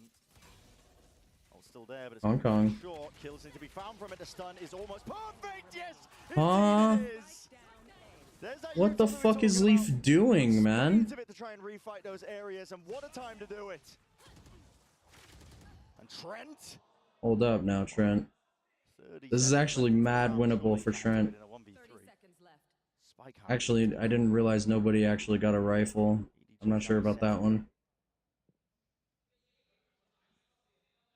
Too little time on the clock, surely. Yeah, no, there's no way. Unless there's a weakness that crops up here for EDG, but they just catch it. Fuck. Contact as Trent was sneaking around. So there's a thrifty win to put them onto the board. A thrifty, man. Neon ult should not be counted as a thrifty. Getting aggressive on people as they're executing with some breach util. That couldn't have been better from Simon. These players are just stunned up, unable to do a thing. Valen's the only one that could have bailed them out of that situation. And he whiffed and also had Leaf jumping around in his face. Couldn't even see the player that he was shooting at, really. True. Small bump in the road there for G2, but if they get right back on things here with like a Euro ult, Sova ult kind of combo, then they won't be too worried about dropping it. Kang looks to disrupt. Holding time as well, but that turret's going to be dropped down. Kang, you are right into the middle of nowhere, using both the glides. Nice, good punish. From the fight that G2 were just squaring up to. He knows he has to get aggressive in that spot, though, because if you just let G2 fight, that ult combo is going to be deadly. That's all occurring in the first 30 seconds. Nobody now will be using that drone to clear up and through into short. Don't believe it's spotted onto Icy. Not gonna lie, I thought Icy was fucking Simon over there. Losing Kang. That's how you know I'm getting tired. Nobody getting that tag as well, and you're going to be hearing that Euro ult popped off now. Corners are clear by Icy. Nobody going for again that re-exploration. Nice, dude. Trent ate the bullets for Jonah. EDG will go for it just to, you know, poke, prod, see if they can get a pick. But if they can't, this is looking like a save round already. Ooh, bad timing. A couple kills with 1 or 2, suddenly becomes worth going for.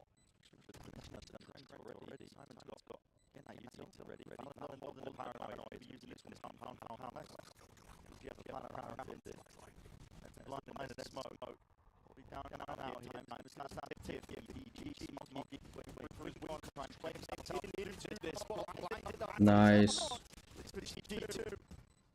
Not even worried, honestly. Not even worried. Chat, what were you guys worried about? I wasn't worried. You guys were worried. I don't know what you guys were worried about. 150 credits that might be feeling the squeeze a little bit. The others might be able to scrap together a buy. We'll see what decision they end up coming to. But yeah, that's the reason that Kang goes so aggressive at the start of the round. if you allow G2 to get into a spot, they're just going to Yoru ult. If the Yoru spots somebody on site, they can Sova ult afterwards. Very difficult to dodge that. Lockdown also to try to open up sites. They've just built up such big ult combos that they can use here to try to close out this half. We're in round 9 already. And EDG have actually ended up going for a half buy. They chose not to force. The economy's going a bit skew with. That was the danger of committing to the retake. That's why I said it might have just been a save round, but they were Trying to choke him in spawn, but I don't know if it's necessarily going to work. Smoggy's going to be priming the paranoia. Kang with deep control out towards C as well. There's a lot of information. As long as Valen holds this. Knowing that G2 are just sitting pretty. Ooh, wait. Does Kong just stay there, though? That's the ultimate question. Broken, taken out. Smoggy still holding. Nice! Good spam! Heads up play by G2. And they don't overcommit into it. Instead, walking over. Kang's at an off angle. All he needs is the one kill, but running way ahead of it. It's a flash, or at least a stun, at least to play himself out, and he's done so with perfection. Nobody right from behind as well. Gets killed from this is really putting a squeeze down. That's ludicrous. Trent, what are we doing, man? Iconic. Also, I am loving these fault lines from Simon. Oh my god, they're coming from Narnia. He's cooking. Straight out the wardrobe. I mean, he is miles away when he's throwing these. Take a look at this. Trent running out there is so... And he's throwing that one out. Such a throw, man. Such a throw. Trent jumps through there, and his movement indicates... Like, they should not be getting these thrifties, but they are, because G2 is making the dumbest mistakes right now. From Simon with his supportive utility, it won't really show in the stats, but you can see it here. It's been a number of rounds now since Leaf has had this lockdown online. They could have tried to build a round, trying to get it into a position, you know, deep down short, tuck it into Bunny. But instead he's been covering the flank. Never really in a position to use it. Might be getting challenged soon. Yeah, that flank coverage may be coming through in this round. They have nothing watching this flank. This is nothing to take point scary. From it. The players have already pushed up from G2 straight into mid with the drone. Again, they are none the wiser. 3 players now. Kang leading the charge as the spearhead for the and team. dead. Striking right where it hurts. It's G2. You're going to be left reeling, and you have to pivot. You have to hard react now into the A site. It's the only option open. Already they've got these kill trip setups, and Smoggy's already repositioned. The reinforcements have arrived at that. An ult committed up onto the high ground. This is an awkward position for G2 to be into. Jonah P with a plan, but he's pushed back and away from it with the damage done onto all of them. No. Up, a kill to be claimed. Jonah P's dead, bro. Fuck, right man. Kang gonna be found. Simon's right from behind. Again putting the squeeze. Oh, and just not expecting it. Fuck. Come on, G2. Brilliant, unexpected moves. We have no util towards C, and we don't expect them to push down C after they just pushed down C? Come on now, really? Putting people in unexpected positions. Leaf has his fucking knife out. Simon stuns off the back of it. This round, they get a triple push coming out of C. They're finding the gaps in G2's expectation and G2's literal gaps in their defenses, if you want to talk about that round. Come on, G2, don't tease me like this. Don't tease me. First time out from G2. I think they could have been fast playing some of these ults. At this point, I mean, you're not going to get them back in the half. No. Right? So it comes down to finding the right moment for them. But I mean, you got them so early on, you're basically going to get 1 ult per half at this point. Yeah. Are you going to really be able to find moments to use Lockdown, Hunter's Fury, and Viper's Pit all in one round? Yeah. Probably not. That's why I was advocating for using them in round 9, round 10, maybe even earlier. But alright, it's 5 apiece. EDG balloons slightly with the win of the pistol, but still with a nice comeback here to even things up. G2 with a scrappy buy, but they are going to force. Okay. In the danger zone potentially, but there's only 2 rounds left to play for in this first half. The Guardian and the Bulldog are not great in these kind of spots. What are they going to go for? As you mentioned, they haven't gone quick into really any of these rounds. Could be trying offset against the conditioning that they've been laying down, which is that slow play, but maybe that will get read by EDG. If they do increase the tempo, Kong is on the wrong side of the map. But no. Short cleared. To play this one pretty similarly to the rest of their rounds. Slowly. There's that alarm bot over towards C. Smoggy is pushed down C though. The previous round, I wasn't paying attention to it. I don't know how I feel about this. Through spots out most. It's the trip here for the defensive setup. Kang's at the op though. Great line of sight. Good awareness though from G2, already jump spotting this one with a smoke in their face to try and feign like they're crossed up here. But a lockdown's not going to be stretching into the back section of this C site. This is not good. I don't think they expect Hong Kong to have a... Wait! They do! And Valen is holding this. I see we'll be able to get that plant down as a result of that one. So baiting him in, but he hadn't cleared Smoggy, but good trade. Intact. And there, Valen rewarded with it. That patience that's being played, and with the pit drop down into the back. Chichu's desperately hunting for the neural theft. He does get it off and stays alive. What can EDG do with that information? Stun into the corner again. Chichu is low. Brent is dead. Dead to rights. Indeed, cleaned up just from that utility time. Might start to become a problem. Spike's ticking away. Chichu with another one. Pit's still up though. Gotta worry about this one. It's not planted for the pit. Yeah, it's playing out wide here. To tap. He knows he's not playing onto the contact. Jonah P is going to be weaving in and out. No, don't go out that way. Don't go out that way! Who saves the bloody day? Wait!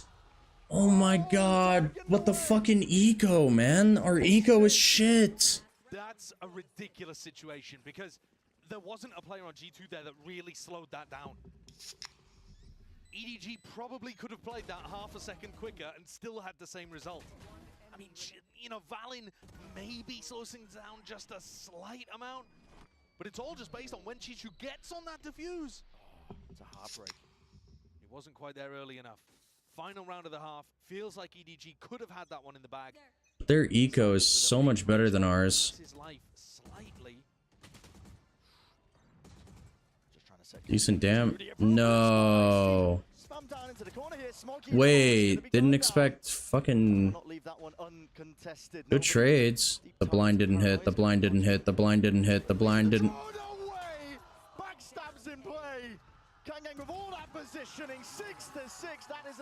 Wait, bro, how the fuck did we get... How did he even get there, man? How did he even get there? Walk down mid. Kong is right there for the backstab. It looked like G2 had all of them. How did Kong get there, man? What the fuck is Leaf looking at? Salvaged it, man, just from the scraps as well. 6-6. Oh boy, I am nervous. How about you, chat? I'm nervous. I'm worried, I'm nervous, I'm scared. I just want one America's team to win today, please.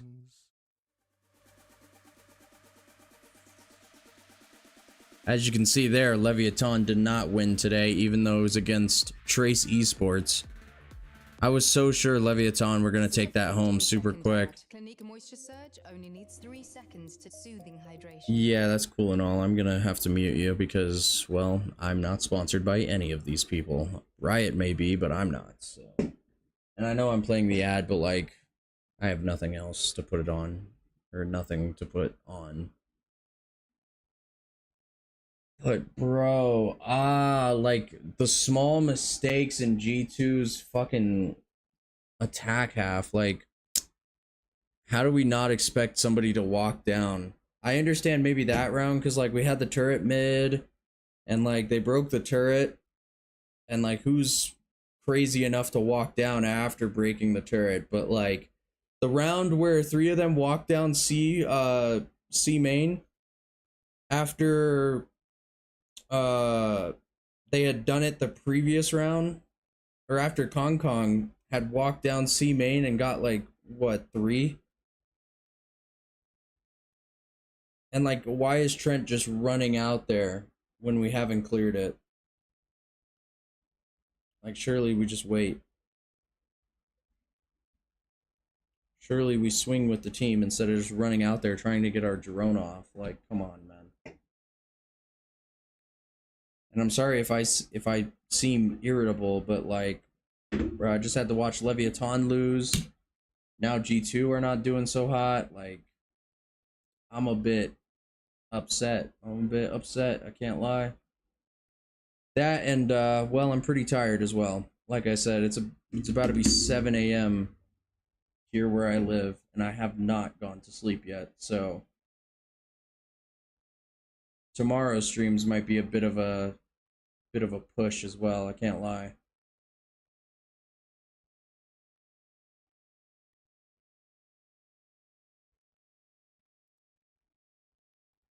Well, we're back on stream. Hold up. Let me turn up the audio. Familiar with Valorant because, you know, G2 are not the top seed coming out from Americas, but they did very well in Shanghai. Oh yeah. They felt like they choked the finals in Americas. They felt like they should have been lifting that trophy. And historically, the Chinese teams have just never really been able to crack the big time, save one, which was EDG at Tokyo. And they're barreling down A-Long, looking to put on a performance like that again. A win over G2 would certainly set that kind of tempo and pace forward. Wait, Hong Kong got flash. Responded by G2. Ran too fast. A long aggression. A bit of a team flash there. Yeah. A little bit of a team flash, a little bit. That might have just saved G2 a little from that opening exec. They still have paranoia. That didn't even get baited out. Nicely sitting with another flash in the back pocket. 5 seconds until the fault line comes back. And the recon. So the timing's been waited out, so EDG do have that util now to make another go with it. The smoke in short is causing problems. Kankang's just going to just walking straight through it. No util to clear. He's lucky again to be alive. There was no damage really. Lay it down onto him here. There's 45 seconds left. Again the dart at their backs. Recon going to be broken, still lighting them up and up and a crossfire setup. Wait, what's going on? Icy's dead though. Oh, but Trent with the 4K on pistol. That's exactly what we fucking needed. Let's go. Fantastic paranoia as well from Valen. Didn't get baited out with that first wave of utility because of the miscoordination between Simon and Kang Kang. So then when it's available towards the end, blinds everyone that could have followed up, and Kang Kang gets chopped down by that crossfire. Valen and Trent there. Good avoidance on the able to catch the duelist. reach stun too. Everyone else also is basically swinging through this Viper's Orb. It's a different spot, more of a hard anchor huge. spot rather than a flood defend for A. That was huge. Also, we haven't seen G2 play with Viper in a long time, so hard to know if this is standard or a specific read into how EDG exec. There's a lot of unknowns. We'll be learning alongside everybody at home. Their flood defense strat looks like it's going to be over towards C, as a lot of people do. Most teams are going to be running that. Throw a smoke over, get the Viper wall up, and you can reinforce Leaf's position very quickly. Plant the spike. Kang not willing to reveal the fact that he's holding on to the Marshal. Now an attempt over towards the C side. The util is always going to be good for it. I mentioned how good EDG's execs are, but they don't really have the weapons for it, so it will have to be util to try and save the day. Leaf. Oh, dangerous game. Going to be backing away, and a pause is caught at just the right time. Refighting into the back of the site will not turn up with absolutely nice. Good hold. Stack him up, We didn't get thriftied, unlike Leviathan. Can you tell I'm holding a grudge on that game? I'm sorry, I shouldn't.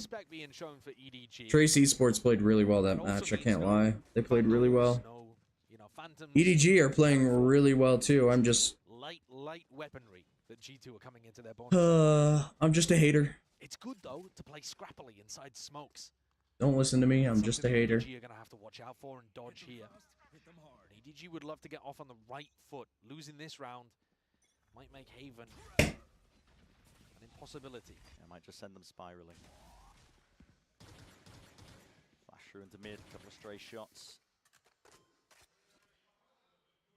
Bit of posturing from Kang Kang. Overall though, nice and slow.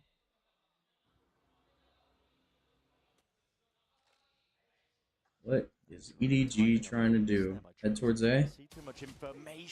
I see. Come on, man. We're going to get posted back up onto that one. Trent is going to be under So much pressure once more here with a drone into his face. He's going to try and take a timing past it. He's way ahead of it. Question is, does he come up with any results as well? The fuel timing, it's got to be calmed. Aftershock in through into the back as well as the dart. He doesn't reveal it. He only gets one. Fuck, man. Claims the kill. Trade down, Snakebite up and over the top as well, only applying a slight amount of vulnerability as they attempt. No, they were ready for the quick retake. They hold it down with the rifles. Nice attempt by Trent in that round. Really needed his aim to be a bit cleaner to pick up two. Honestly. Chance of making this one winnable. EDG showcasing that they're happy to do a two-wave exec to try to get through that Viper wall, Viper orb, sorry. But if they're gonna sit there, drone, and then execute afterwards, I thought he teleported straight into the trip there. Was a chance. I thought he did too, honestly. That kind of play, it's gonna give G2 a lot of time to set up flanks, to rotate over and reinforce the A site. Valen looking to do some hey, Valen made it expensive though. Good damage. Smoggy has to rebuy armor. Nobody can drop a teammate. You see the late reaction on Trent. They were so confident that that drone had cleared his position. Really caught them on guard there. Yeah. Icy is gonna pick up the operator. Icy with the op, huh? But he didn't really find too much value with it playing on back plan. See if Icy can make the difference. When you're playing against a team that doesn't have that Viper wall, playing A-long, super good with an op. Dodging the phone line, misses the shot though, and the gate crash is not good. Dude, that happened to him last round. Will punish. Steps up to that challenge with a stun as well. All up in the face of G2. Makes it feel like they could have been going with a bit more pace off the backside of it. Didn't pick up the op, that's good. Drone in the mid round. I think they only saw King. See if you can gain any more information. Jonah P, they know that the Snakebite was dropped down, at least from the one avenue. Nice cage, threatening like there could be alert going on. Does Jonah P buy it? Doesn't really seem that he does. They're going for a reclear. I mean, as many fights are about to be occurring. No. Pointed out through mid. Valen gone peekaboo.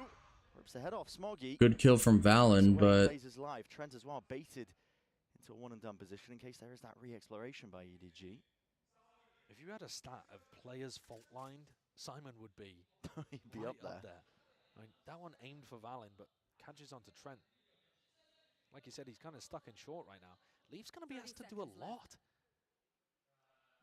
He has to be worried about this B lurk, and he has to try to cover the C site as well.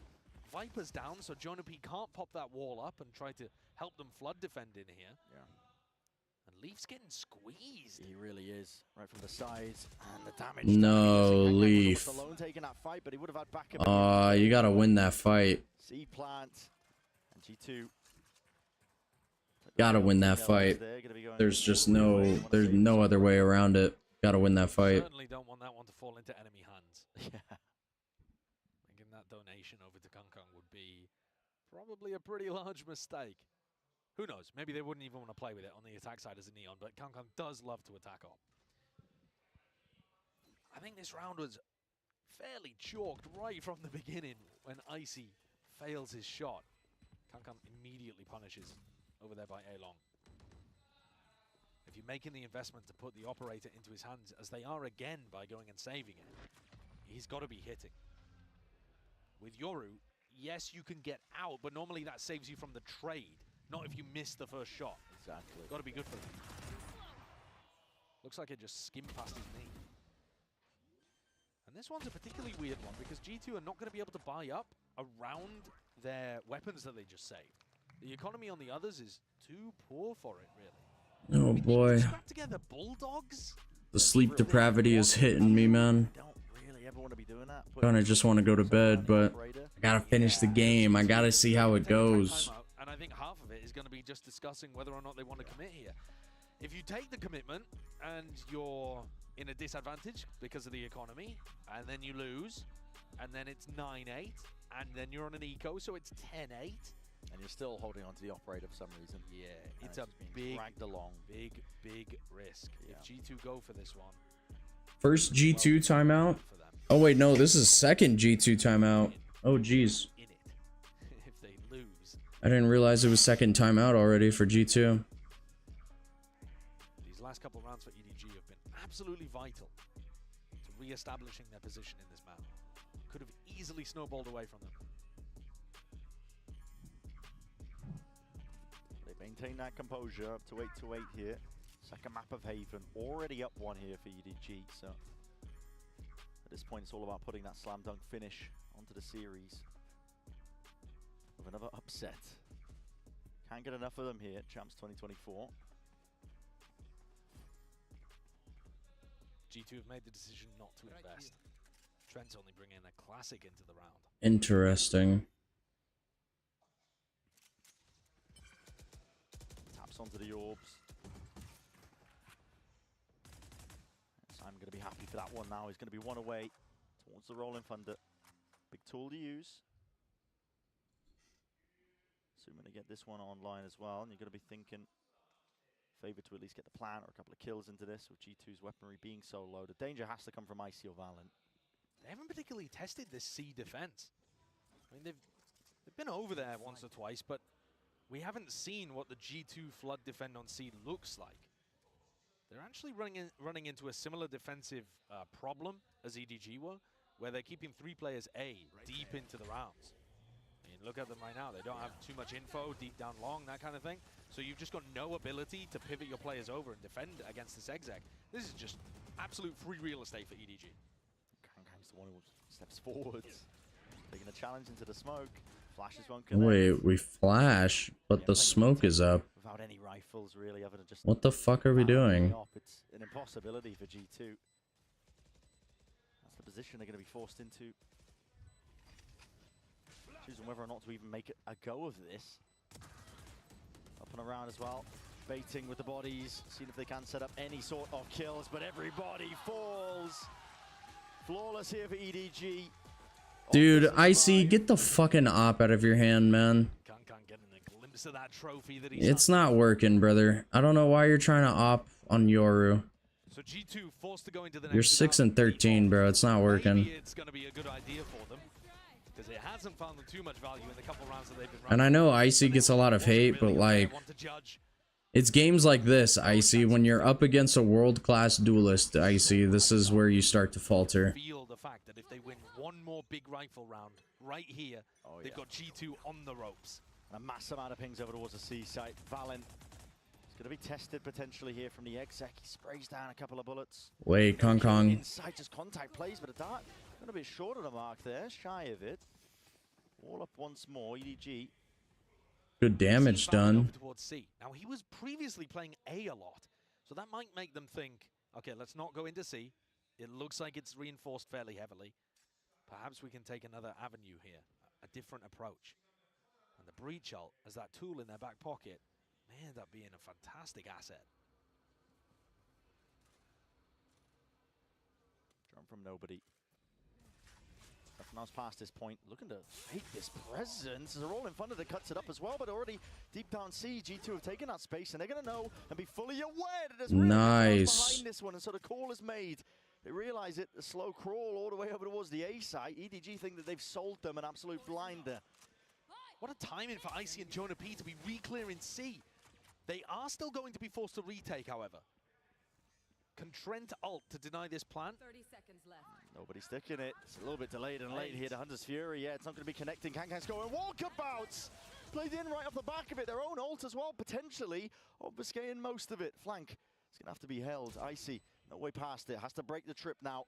It's alerted him to his presence. Locked down. I see you have 2 flashes, bro. Please, flash long. Is being just again plucked out of the good kill, though. Still going to be trying to win out these fights. Held over the shoulder. Down to that 2 versus 2. Kang ult in hand. Lets it rip, but again his head's on a swivel. And Trent gets the clutch. Let's fucking go. He's pulled it out of nowhere. I had no concept that those players were even lined up. I assume they were lined up. Has he just hit a crazy spray transfer? Gotta see it in a replay. There's no world in which G2 should be winning that. Nah, surely they lined up. He did that. A round loss there absolutely decimated their economy. They needed this more than any round they've had on Haven. Ooh, the spray transfer. Lineup. That took some serious skill to pull off. Fast reactions. That strat is actually insane, Jacob.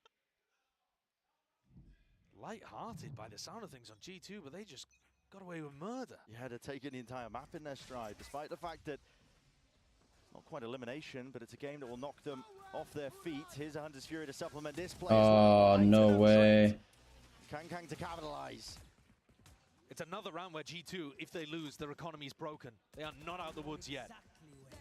Neural to try and potentially play this one into the retake. The Neural Theft spots out most of the players. They know that the flank isn't really a threat right now. G2 playing this one in almost entirely together. A lot of util to be used here. Ural already popped off. Blind with the paranoia, up into the corner, spraying away. They know the rough positions of these players as well. They have to collect it all together. Jonah P up onto the high ground, not enough to collect. 2v2, no. Down. Simon delivers them around, and the players are delivered right to his bloody lap. A perfect response for what Trent just did in the previous round. Hitting a similar level of spray down. G2, no answers, no economy. That stun hit him. Wow. That neon stun hit him. They've got that Viper Orb that needs to come up. They need Valen's Paranoia in that spot. EDG just caught them with only a single player looking to defend, reading that Trent was the only one home.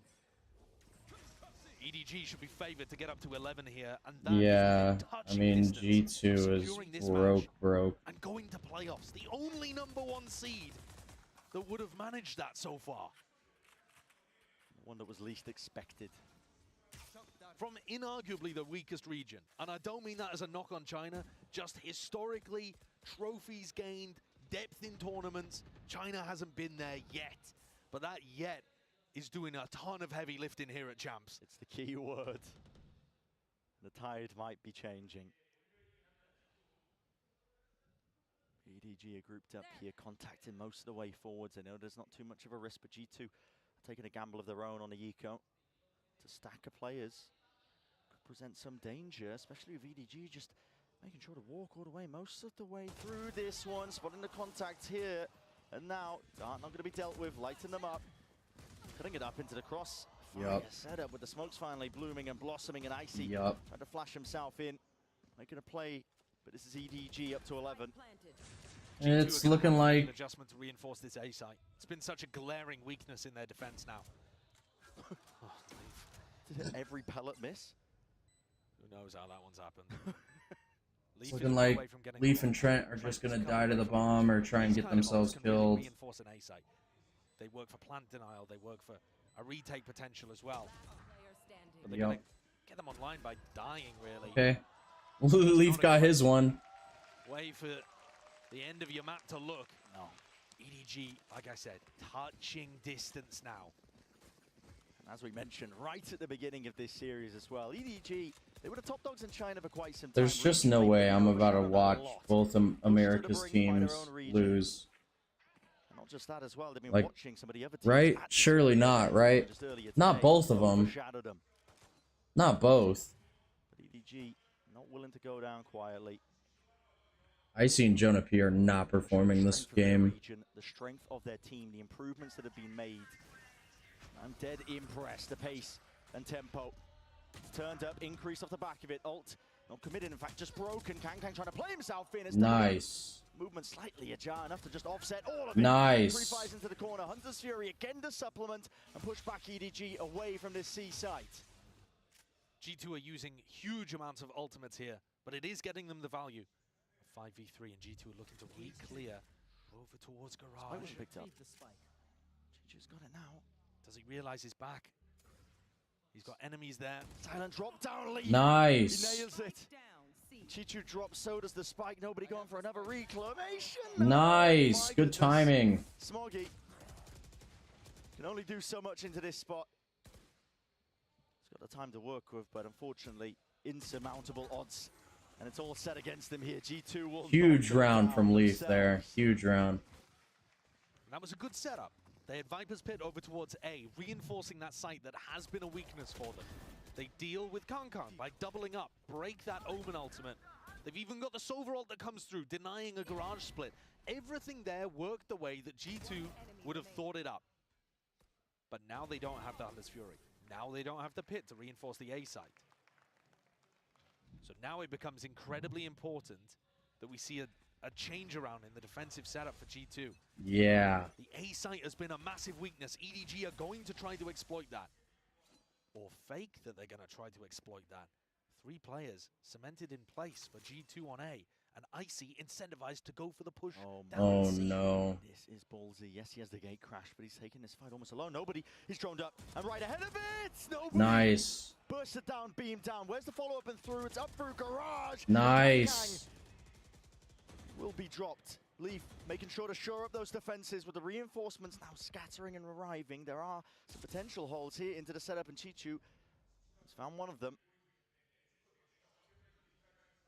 Very safe positioning there from Icy and Leaf. They don't want to get caught out. They're happy to give the C site. No, they do not. That's for damn sure. As long as Leaf doesn't die right now. Why not play like that? It's a 3v5. Don't give away any unnecessary advantages. Fault line. Push into the spawn. Smoggy wants to go. I think. Nice. Not onto Icy. Not this time. Simon. Do they expect one more to VCT though? Still there, pushing forwards. Aftershock as well. It's all highlighted and orchestrated like they want to try and fight this once again. Wait, the team flash. Anti-flash. A dart into the back. Wow, I don't even know what type of flash that was, but it was a flash. Damn. Damn. Kills are offered up towards him, but nice. G2 tied up 11-11. collected all together, playing together with that discipline that's highlighted this team as a major strength all throughout, and they've managed to equalize it up to 11. That A fake was such a beautiful call from EDG. And Icy's push down C long should have been punished if nobody had a single other player with him. Icy goes down in this spot, you gotta think it. And yet both of their players that were in more solo positions, Nobody and Kang both fell. What a crazy flash. Don't know what the thing is, but I've got to imagine here, oh, EDG are taking attack timeout. Okay. They were all set Last up. timeout for EDG. All set up to go for it. Here's where it counts. Will EDG choke this map? Just reading into the psychology of the way that players normally play the game, if you run a fake play and it doesn't work, and the only thing that's been working for you recently is the big site execs on A, I would expect EDG to just go for it. Maybe the coach has hit the button here because he didn't like what the call was, when things are getting to crunch time. Possibly getting ahead of ourselves. I mean, I can see the economy. Of course, there's options for EDG to adjust, but Kang does have that operator into his hands. On the attack side, operator on attack. Hit as well. It's not really the best tool for the job. At the same time, it's something that EDG do Interesting. very often. Yeah. They will often run fast plays where Kang is opping. He's just super comfortable in those kind of spots. Is it the best way of playing the game? No, not really. But does he still find value with it? Yeah. More often than he should, I would say. Oh boy, chat. If we go to a map 3, I am knocking out like as soon as possible. Attacking team has breach ult, defending team has killjoy ult. You're expecting defenders to be playing retake quite a lot of the time, which means that EDG might want to try to take the site for free and not use that breach ult. You might get some weird situations here where Simon's trying to be a bit greedy, hold it for post plant, and gets punished. 11-11. Nice and cautious here by EDG. They're hoping and praying that somebody will just peek onto this A-long angle for the information. Full prey to Kang with the op. It's being jiggled, I believe, onto the other side of things. Chichu also going exploration. Garage does manage to fire a few bullets necessary. Okay. Takes out the alarm bot. And now Nobody actually has somebody with him, right? He's not going to get timinged. All from Icy. This is going to be used roughly around the minute mark. He needs that mid-round information for the rest of his team. Spotting 2 of these players in through mid. Pretty big tell. Exiting out. Gate crashes essentially to the other side of the map as well. So a slow and steady play by EDG. The longer this goes. Bang, misses it with a shoulder peek. And the awareness is now there for G2. They do not want to offer any more chances. Shock dart. Rebounds. Patience played, but A-Long has been given up with only 35 seconds. This looks like it's moving, the jump spot. Trent tempt him twice. Rolling Thunder now committed. Paranoia alongside it. Valen is tucked safe. Nicely inside the York. Nice. Matters not. Huge kill. Chicken here with a flash of his own as well to play into the back pocket. The rest of his team. Trent gets the kill on Kang Kang. Trent gets another kill on Smoggy. With the spike into his hands, he just has to let the time run way out. And G2, they've stolen this round away. When all the momentum Well played. This is the 12th round now for G2. Shoot, brothers. We might be going to a map 3. I mean, bro, the sun is out. You guys can see my pale face in all its beauty. And now he's making that shift to put it in a more standard spot. This is where most teams would be running that Viper orb, at least in the previous meta when Viper was played on this map. Valen hunkered down inside of it. Hits a great headshot. Let's go. Match point. We're 12-11 right here. This is where we end it, boys. This is where we end it. And that's For real. G2. They were just on the ropes. 11-9 down. Now with a chance to bring us to bind. You gotta close teams out like G2. Kang Kang's going to take matters into his own hands here. Order util to set it up. Another fast play from EDG. Again, an open site for the taking. Fault line in through the link as well, but G2 and none playing towards it. Wizened up to the tricks of the trade. Lockdown's going to be used as well to clear this one out nice and freely. No more util has to be used here by G2. Drone in through the back. Trent's going to be threatening, like it could be making a play for this one. Alarm bot for the garage reflank. They're going to know about this. Nobody's already passed it though. Alarm bot triggers. Jonah P defusing half onto the board. This is for the map. Someone needs to stop this. Already half. Stop this, but no one Let's go. Right from beneath them. They steal. We're going map 3. You guys can't see it because my arm's all the way up. We're going map 3, which is bind. Steal is the perfect word to use there. EDG, And I have no idea how EDG plays bind, to be honest. You have to close out against teams like G2. You cannot afford to let the series go deeper. EDG have just lost control. Holy fuck. I'm so tired, chat, but I'm willing to see this all the way through. What are we at? We're just at 2 hours.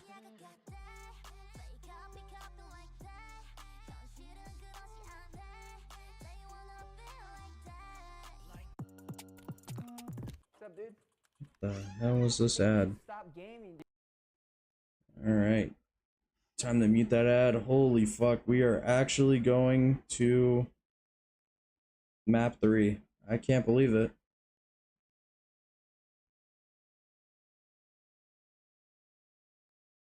Man, I could go for some fucking cereal right now. I can't lie. These ads are actually getting to me. My brain is turning to mush.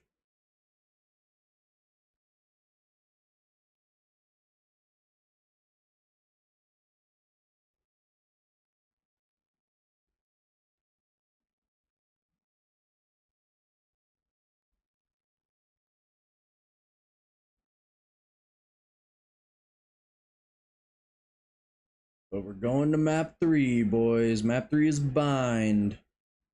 Honestly, I'm kind of surprised G2 were able to pull that through. I'm not gonna lie.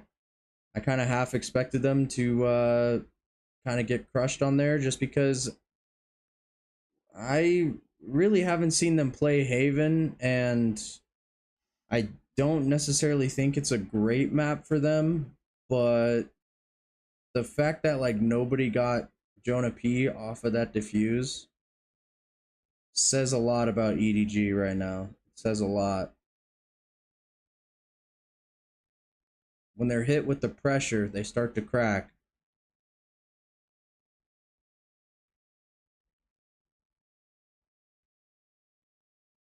We kind of got a taste for that in the first map as well. I mean, once G2 started getting some rounds on the board, they were losing it a bit, you know what I mean? And I'm really sorry if my energy seems like pretty down right now, but that's because I'm extremely tired. I mean, you guys can tell the sun is out right now. I haven't gone to sleep yet. I'm pretty tired. Official broadcast is back. Let's go ahead and turn on this. I appreciate my first match to be against Paper X, but I can't decide that. But overall, it's very exciting to play them, especially because of their playstyle, and we feel good to start our first match ever at Champs with a dub. I think our coaches did a pretty good job at preparing us for them. It definitely felt less individual plays and more team plays from them, so props to them for, you know, trying to incorporate, you know, W gaming and more structured gaming. So I think we just had a good read, a good flow on them the whole time. We started to get pretty close on Lotus, but, you know, one clean round from us and we knew it would be fine. Now they maintain their control, slow the push from Paper X, send them in the other direction, but Jonah P. I remember this. This was a huge play from Jonah. And he triples up! The name Professor is definitely growing on me. I have an idea when we win the whole champs, I'm going to ask to get a Professor title in game. You know, you never know. Got to shoot my shot. I think that would be cool. But yeah, I didn't really like the name Professor at the start, but you know, seeing how much it's grown and seeing the whole community type it whenever I do something crazy, I've grown to love it. So it's great. Welcome back, everyone. You heard Jonah P there in that Omen player moment talking about, you know, the nicknames. You don't get to pick the nickname. You know, the people bestow the nickname onto you. That is why he is the Professor. Absolutely love it. But wow, I mean, incredible stuff. I mean, True. I mean, he is the Professor. We're in this, boys. We're back in it. We're back in. 6 map per day. Let's. That's what I'm saying, Golden Boy. We're back in it. Hell yeah. But let's talk about what we saw on this one, man, because the talk of the town going into it, fellas, was the Yoru, right? And Achilles, you're seeing what they were getting with that value. Yeah, and this was from the outset. I mean, granted, yeah, EDG were able to make things very competitive in the half, but G2, I really liked the game strategies we were seeing from them from the beginning. That your ult comes through right there in round 4. Immediately Mask goes on. You chase 2 players out of that C site right into Leaf, who's just counter-taking that space in Garage. He's up in window, and it just lambs to the slaughter for him. Much better of a performance from G2 on that map. So there's some very good stuff there from 14 first bloods. EDG making this one incredibly competitive. They only lost 1 post plant. Overtime for a little while, but right near the end, that economy just getting out of hand for the side of EDG. They just couldn't recover. Yeah, and I think overall there were some weaknesses in G2's game plan, like where EDG was like constantly putting pressure, especially with the Neon, on the extremities of the map. Long C, long A were really difficult for G2 at times here, and that's why I saw the comp in the back. The only difference I'm seeing between the two teams is G2 is running Sky versus EDG is running Fade. They came back, they started having these great retakes. The Yoru ults were so amazing, like you're talking about. Every time it had a ton of impact. Oh, excuse me. I inhaled my spit wrong. It really made it a lot more difficult for EDG to work the map the way they wanted. Yeah, it felt like whenever they, you know, had the opportunities to pop those ults, right, they were getting some kind of value. Hunter's Fury, Viper's Pit. They were finding that value wherever it was, you know, available to them. Yeah, and they were able to pick up the dub there. But one player that we were really hoping to see come online in map 2 was Leaf, and he did just that.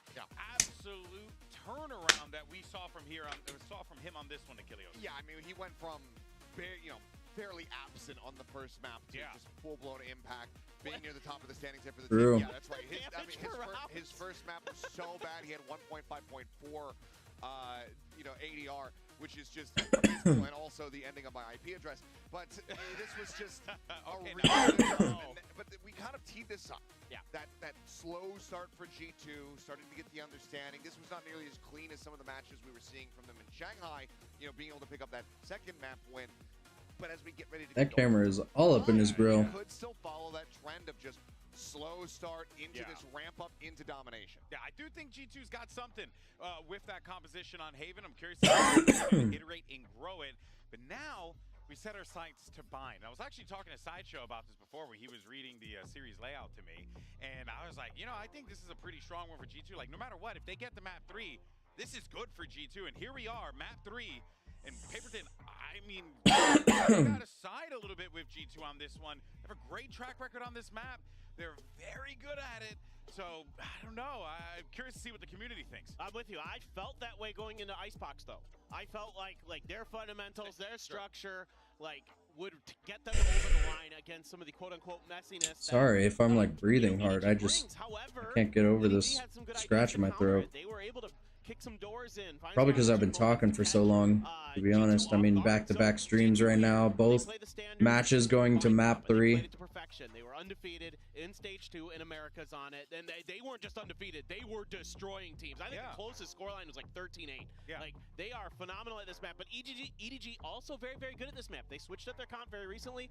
They have the Fade in there now, so the biggest difference is going to be the initiators. It's going to be Fade versus Sky for both teams, so really curious to see if they can find ways to get some value with that Fade versus kind of that long, deep control that the Sky gives you. I mean, they were able to get the win, you know, in that opening series here of the group stage on Bind. Yes, a little bit scrappy, but still a decent victory for the side of EDG taking that foot. So I'm curious to see how this one looks, because if they can level up their performance, if they can kind of get back into that magic that we were seeing from them on Icebox, where everybody was going, you know, fragging out of control, Smoggy, Kong, they're at the top of the standings, and then Simon and G2 creeping up in that second half.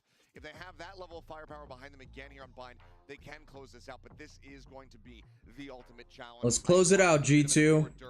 Let's get to playoffs. You get a situation here where G2 does have a lot of film, you know, on how they play this in officials. So there could be something that EDG could lean on potentially in their prep work. One would have to imagine.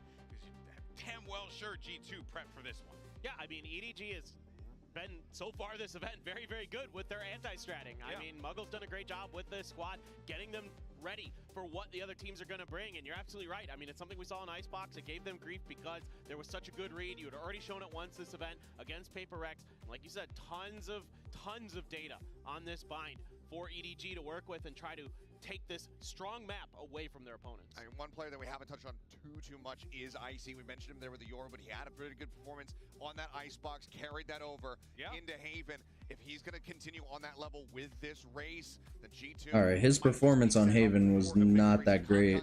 Going to have to do that much more work to really try to outdo him. Yeah, we're on the precipice of a massive, monumental achievement. And again, maybe I'm wrong. VCT China as a region, right? Going clean in the day with Trace moving forward, EDG potentially moving forward as well. And with Trace doing that, they were the first Chinese team to be able to make it out of groups as a first seed. It's always kind of been that second position. Yeah. EDG might be able to match them. They can't beat them to that achievement, but they certainly can tie it up. Yeah, but it's going to be a tough challenge for both teams, but it couldn't end any other way. Let's get ready for map 3 and send it over to your Let's do it. Sideshow one final time. We're going to be finding which way this series ends up landing as well. And, you know, best of threes. Typically, at this point as well, we're finding that map pools are getting tested as teams are getting pushed to the brink of them, which sounds odd to say, right? When there's only 3 maps played. Normally, you'd expect that to be reserved for best of 5s. But when you have all the maps being shifted and changed just before you go into champs, in before playoffs, and a lot of time to prep for, you end up with holes in your game plans and unexpected results when you reach that pinnacle, that third and final map in series. And there's a really good reason why people talk about G2 having a little stumble or maybe starting slow and then closing out strong. The narrative is they drop the first map, second map is close, dominate the third map. You want to talk about the last 3 months, G2's win rate in third maps in a BO3. They're 6-0. They have not lost the third map of a BO3. Looks like Valorant is getting some new in-ears. All year, sometimes narratives we spout, they are correct. Yeah.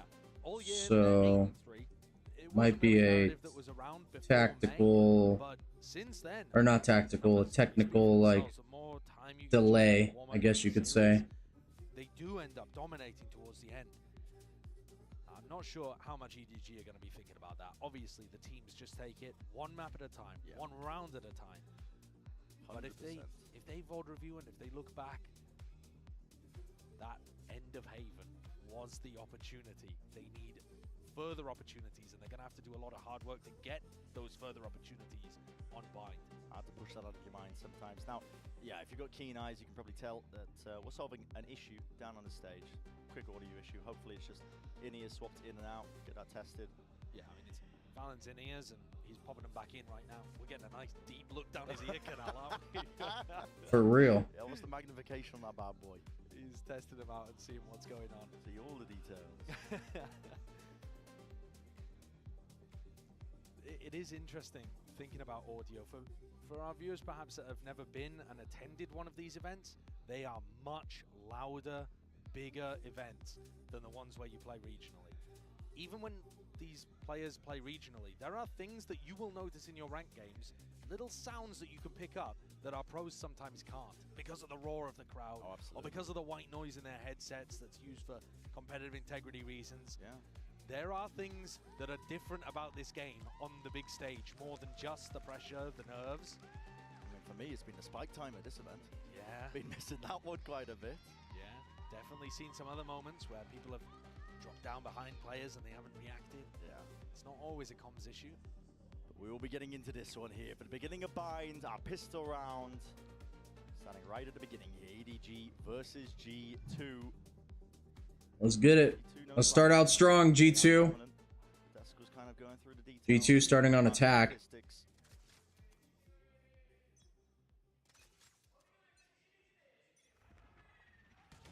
Early smoke in their face though.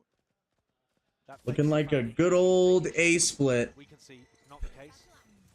G2 are right up behind it now. Up and over. Wingman going to be escorted in through the side. A bit of spam into the smoke makes Simon think twice. He could have potentially denied the plant there, but it's going to go down into the next. That's really good work. Spam into that smoke stops the plant denial. Good old A split. All about plant denial. And a 5-5 retake. This is a huge fight. Nate's going to be rebounding here, just trying to get Icy out of there. Regaining It's control. a huge fight. No, Trent goes down. They're going to be setting their sights now over towards the forward section. See if they can take the fight through with the flashes and heads are turning. Wait, Icy just saved him Dominating now. before this guy could even get up flank. The last one left to do so much here, but Oh yeah. Oh yeah. That's what I'm fucking talking about, Icy. Let's go. For G2's duelist. 4 kills in the round. Icy's feeling it. Kills. He was under a lot of utility pressure.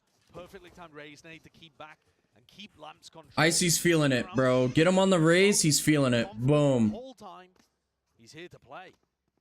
You get Icy online, and it turns G2 from being a team that's very scary, looking to make deep runs in tournaments.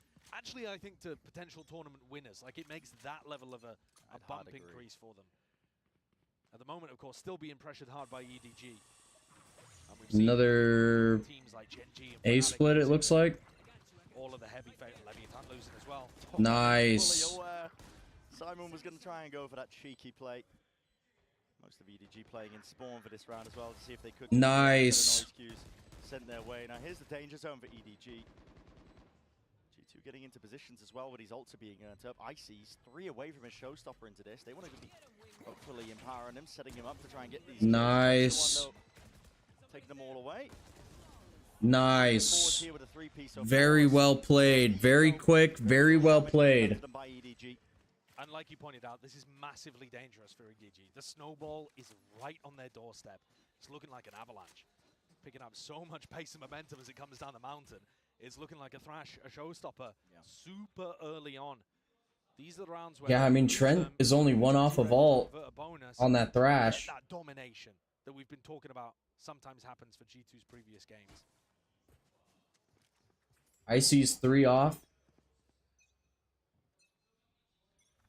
Looking like Trent's going to be playing just to reinforce Icy's position to start with, but could play for an ult orb later on in the round. Looks like they're going a bit more for a default play. I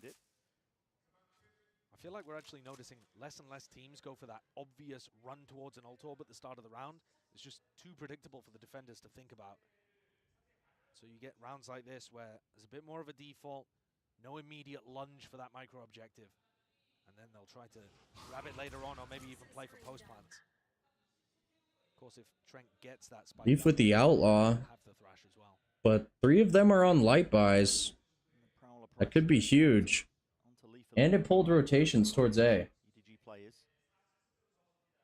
Tethered to the spot over towards the A side here. Nobody looking for that info. Just slight jiggle. Mosh now be utilized to try and push them back and away, but it's one less tool really to stall out potential attack. That's why Chi-Chu's holding on to this. That's the second wave of things with the boombot. Triggered out. Mosh pit now up and over Trent. What a spam from Trent. Knowing that Chi-Chu was going to be placed up into that spot with the Thrasher, and from that kill, he wants to send this one flying forward. Stimmy. Although I don't know about this. Clearing most of the way, but not clearing the pocket. But Simon spots Nice, good tag. Contact almost perfectly. Running through the smoke. Kang. Smoggy. Wait, Smoggy got 3. It's a 3-piece for him. No. And everybody falls from G2. Ah, no. That would have been such a good fucking bonus if we could have won that. Play macro calling versus one individual. Who's gonna win? Beautiful G2 calling, 5 people rotating around the map perfectly, or one little smoggy boy? it's smoggy. It definitely was in this instance. He has not slowed down, has he? That momentum, not just from the last 2 maps, the previous series as well. No, but apart from trading out Smoggy, G2 played that round perfectly. I mean, the macro movement around the map was beautiful. Came up towards B long, got the opening kill, rotate through the teleport, huge pressure through showers, trade out the player pocket even. That flash didn't catch anybody. By that. And they've done a little bit of economy damage. It's Which not a huge means amount. Icy might go exploring alone. It's a fairly even round here in round 4. Meanwhile, they have 3 stacked towards this way. He's currently, though, the only player B long. Trying to work it on his own seems very dangerous. Oh, that's an accidental TP. Kanga's just sidestepped by Hey, Kang. He's supposed to be playing, or being played in at least by the jump spot. A bit of a bait and switch setup. Broken into pieces now. This is going to be used out through. Missed his one way too. Icy, I don't think has even realized how lucky he just got. I mean, EDG potentially ready to pounce on him. And all because of that. I mean, Icy's picked up the orb. He's got his ult, the repeat, and reposition here from nobody. He wants to try and get that information. Surely you don't use the mosh pit. Surely you don't overheat. Man, you got to get out of there. Mosh still being held down. Chi-Chu. This time he's the bait. Going to be trying to lock this down onto one of the angles here. There's a showstopper. King and Icy trade each other. This is just a 1-for-1. They're going to be making the mass wraparound now over towards the A side. Still that crossfire. Holding it down for the back of the side. A bit of damage potentially done. Simon's here trying to play himself in once more. Taking a fight with the Bulldog in hand. He just can't land it. Takes him on the face yet. Still Smoggy. Defense up and over. 12 seconds left. Orbital strike into toppling now. And the spike has to be planted. Defense is necessary. No. Needs to be held all the way through. No. Nice. Nice, Valen.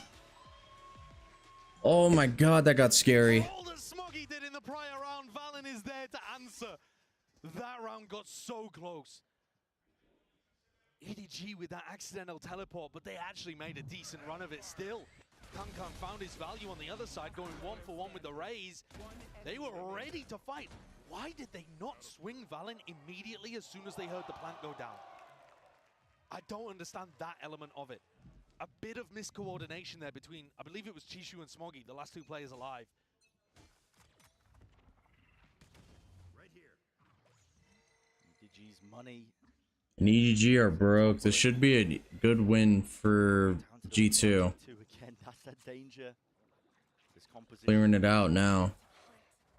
And if you think back, EDG were trying to set up that trap play B long, but they failed. And so G2 have just found this area of the map for free, basically every round. The one round where they should have been contested, the execution was fumbled. Now, B-long control, ult up taken, Seeker's out. Here comes the snowball, potentially. Icy hit the shot. All over the place there. Icy has to retreat inside the smoke. He's been locked out. The rest of his team can't quite get themselves through this one. Angry Smokes. No. Landed it, but eventually cleaned up. The rest of his team, though, needs to be aware. 3v4. Yes. Nice. Okay, there we go. We're not whiffing no more. Good shit, Icy. Rifle well trained onto that spot here, so the retake from Simon and Smoggy unlikely to come out with the goods. Trent, by the way, 2 away from his second thrash. We're only in round 5. It's just insane. If you get the ball rolling with this composition, you cannot be stopped. You can just keep snowballing it. Ult orbs into plants. And then ults themselves into the XX. Very difficult to Nice. Trent wants to get this ult. Steal the kill. That's perfect. Gets another one. Leaf's baiting it. Leaf's baiting it. He's trying to get Trent to kill here. This is just min-maxing to the post, but okay, eventually put Simon out of his misery. That's a 4-1 now. Into the round differential here for G2. And EDG can't figure out these timings of when they need to be fighting over certain areas of the map. Of course, that was just the eco round. But they're going to take a time I knew to it. discuss this defensive Edward strategy. timeout. It's not working. I know that they had a close round there. Came down to Valin against against Smoggy. And Smoggy, of course, with that fantastic round where he gets a 4K. But First timeout of the match from EDG. rounds built on more of the individual than they are of the game plan, the macro, the team. These things that are going to be more consistent. EDG, though, are also getting close to their first big ult cycle. One away from Pit, one away from Showstopper. Being one away from Pit, though, sucks. Because you're thinking about, well, I'd love it for this round. This is the round where we actually have rifles. No way to get it. No, I mean, what are you gonna Valen's getting vocal. I like that. He's heating up. It just doesn't make sense. It doesn't make He's getting a read on it. Could, however, do something similar with Kong Kong. They could try to double fight over showers. A strategy that we see quite a lot of teams go for. Yeah. See if you can catch Jonah P, because he's normally the attacking player that defaults in that area. If they're doing an A-leaning default.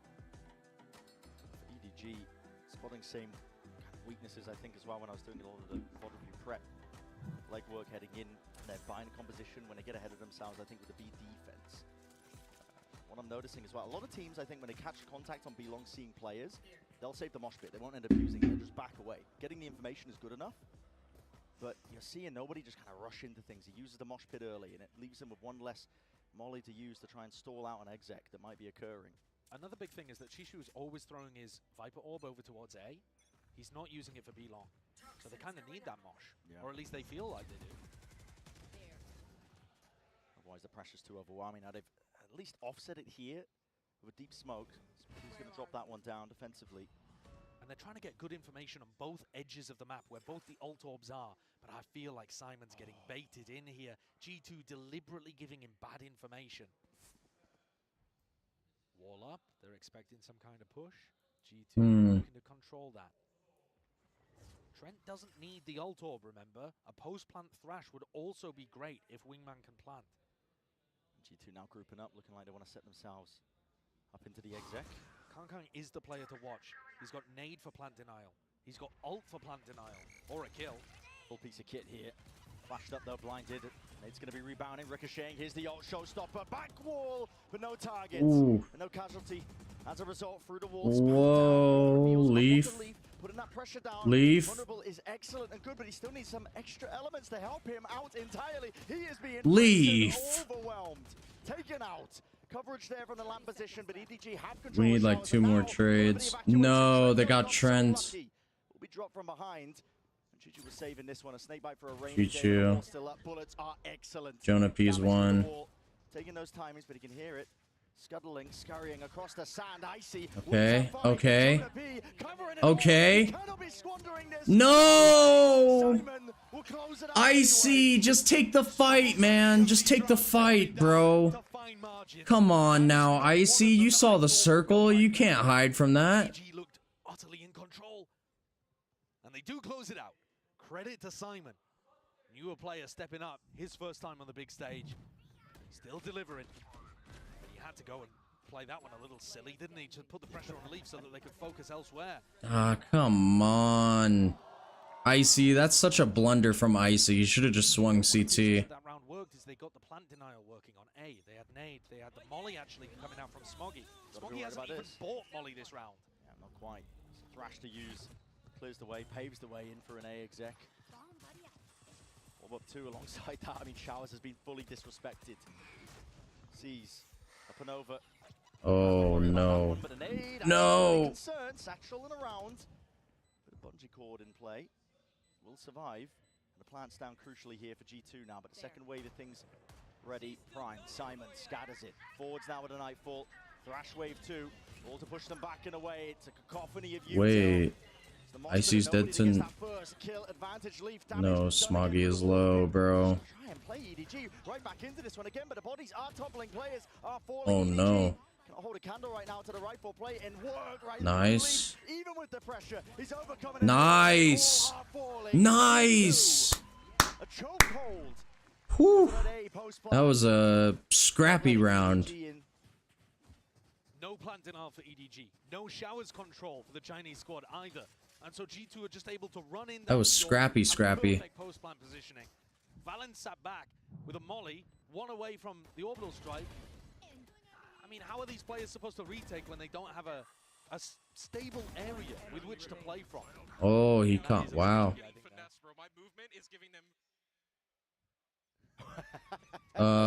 Okay. I was waiting to see if we caught the thing that his movement was giving them. A lot of trouble, I think. Couldn't clear him out of that corner. Walkabouts for Chi-Chu. This guy, he's a demon with the sheriff in his hand, especially when Kang's there to help him out right from the side. Leaf. Should just be confident to take that fight, honestly. They cut the noise, bit of discipline here. But the rotates have worked. Full rotate, out for the TP. Seekers as well. Leads it to an open site. And already push it in for Nice, Icy. Don't be scared of him. Don't be scared of him. Ace? No more towards it. One now for the ace. Nah, Jonah P definitely hurt him. I don't think Icy's getting this one. Although, wait. If Simon did go through showers, you'd have to cut out the middle to make a clip out of it, wouldn't you? But but certainly a different energy in here for G2. And mirroring a lot of their previous rounds. Here it comes. Yeah, will we see it? Icy with the ace? Icy with the ace? No! Nice. The funny moment. What? Damn. Not funny for Simon. Not funny for EDG. As every round ticks up for G2. Damn. Hold up, G2. I didn't know you were like this, man. You're just gonna close it out like that? Could have been a 2-0. I mean, look at the aggression that they're going. Like, that's the confident I want out of my Icy, you know what I'm saying? He said, I don't care, man. Let me just swing. Icy has run away with it. He's 13-5. I'm telling you guys, when Icy gets on the Rays, it's like a different level of confidence.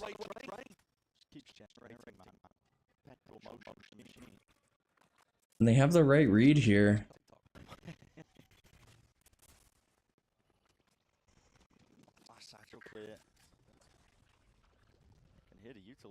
And they pulled the rotate. Kang pulled the he rotated already. G2 don't want any part of it though. Instead now moving over towards the A side. Nade back sight. It's gonna hit. Pulled rotations. Oh, it actually didn't. Hold up. Showers now that deep push. Icy with a showstopper looks to potentially open up the Shoot it, shoot it, shoot it, shoot it, shoot it. Metal, shoot it, metal, shoot it, shoot it. Let's go. Leaf potentially hearing that sound cue and Nice. all the noise being made. Opened up Simon. Back to the world. Nice, Trent. And at this point, EDG gotta save these rifles. Oh, okay. Money left to play with. But also EDG Man just barely. Oof, damn. Honestly running out of a bit of hope as well. You can tell in the way that G2 are playing, they know they've got this. Yeah. They can feel the wind coming towards them. They're outplaying EDG. Jonah P. Around them. I mean, again here with Jonah No. P. He comes out on top. We need to see something, maybe from an individual like Smoggy's 4K earlier, that re-energizes EDG and gets them back into the game. No, we don't. That, or some kind of tag timeout. Nah, no, we don't. No, we don't. Let G2 end this super quick. Let's end it. Stop the plants from going down. It feels like G2 are constantly in these spots where EDG are backpedaling and having to make, solo plays like here where Simon just gets caught alone in showers. More smiles on the G2 players. I mean, you could feel it. The vibes were taking a turn even in some of the replays we were looking at towards the end of Haven. You wouldn't think that's a team being pressured. The potential of losing the series, but A judge. Oh, just kidding. It's worked out nicely, and EDG Thought it was going to be a judge, but nope. Maybe they're the ones talking it through in that short amount of time as well to try and cook up something here. Ooh, I just felt a nice little cool breeze come in. Good night. Nicely, and an 8 is nice. Sees. There's a little bit off the mark though. No connection for it. Leaf was low. If Trent gets inside Thrash or Jonah P gets inside the dog, there is a Brimble on the other side. Contact refight. I want to get ahead of most of this already, but do they have the weapons for the job? Oh, nice. Can't survive. 3v2. It isn't a cheeky play. And a nice one, just try and call that one up and cut up the timings that G2 were trying to take. At this point, though, again choked out. Another round that they basically have no chance in. It would take something momentous from Kangkang. Wait, Kangkang just walked in. Leaf is down, and so is the pit, but Valen's immediately there to respond in through the back of the site. How the fuck did Kangkang just walk in, bro? What the hell? In the past. Newcomer to the roster. This is too much to do. Sheriff in hand. You'd have to like a collat or something. An improbable and impossible play. And he knows it. Haunt over. Doesn't even spot him. He knows they're both over. Discipline. 1 HP. Yeah, nice. Nice. If we get some of that aggression, though, coming out from them when they have rifles in hand, ults to work with, maybe that'll end up being the key. They did find quite a nice timing there. I'm not sure that G2 were ready for that timing necessarily, but without rifles in the hands of Edward Gaming, the G2 players were just able to react in that spot and win the fights anyway. Dude, sorry, Nate. I actually don't know how, bro. Okay, Jacob's 15 and 5. That is so true. Icy. It's okay, Jacob's 15 and 5. It's easy to play when you've got a star player putting out performances like that. And we were expecting it from the other side on Kangkang. This is the adjustment that EDG are going for. Any signs of the util as the C's being held, Kangkang's there with a showstopper. Anytime you have ults like this and there's a deep smoke, it also looks like a sand crunch. So, as Valen's reading into this round, he's thinking short's dangerous, sand's dangerous. Wait it out though. Prowler catches it. Trailblazer alongside the boombot to C's and a nade. Again, at least the C's was good, but the nade just a little bit too deep. Banks it off to the side now. Reposition from EDG. They want to try and take up that shower's control. Kangkang's still there. Has the ult waiting at the minute mark, but there's no signs from G2. They want to take the TP pivot. The spike was already leaning over towards the speed direction, and a lot is asked of him. Over the strike through the back. Ah, come on now. Down his position though. In and out through. Find space for the rest of his team. We're kind of walking into this now. Left into the round. Full side control. Thrash has already been picked up, right? Trent, I think, has it. Yeah, there it is. Yeah. So this is going to be the repop. Wait for the second wave now. Straight through, up and over, not broken. But No, nobody clears window. Nobody in Chichu to try and put a stop to all of this. Kangkang through the TP, might have touched down enough still. 15 seconds, nobody not clear, but eventually is. 12 left. Time Wait. G2, they stretch it to the finest of details. And Simon again, asked to do so damn much.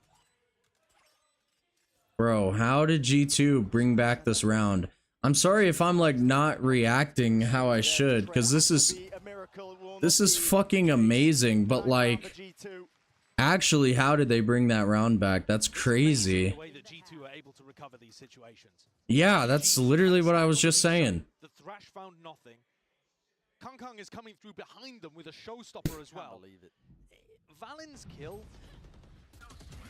when he comes back through, that kill right there was huge. Absolutely crucial. And then Trent getting that kill on elbow was also huge. Is not able to find that value. EDG have won the round. Stay focused on us. Make the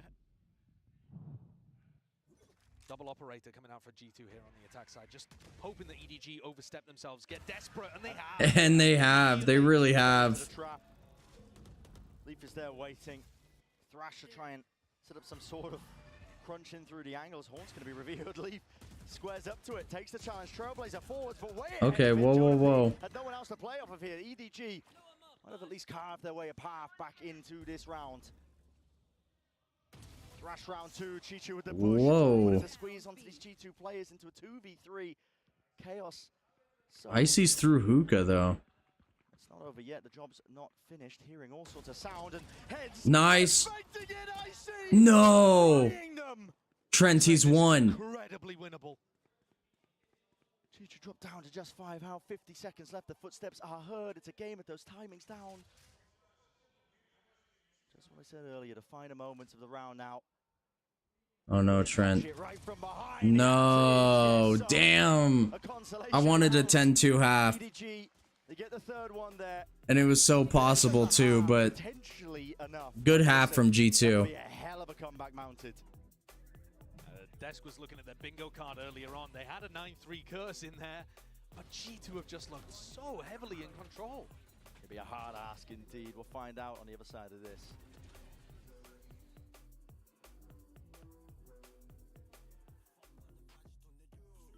All right, taking a little break. Damn, definitely. I feel like maybe Trent could have like cleared Hunt or Market a bit more.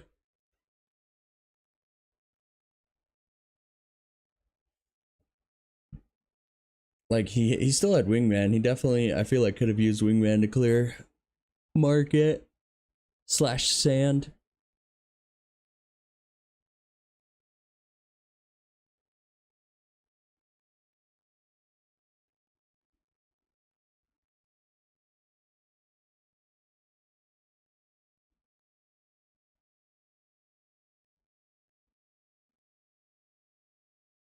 But wow, what an explosive half from G2, especially after that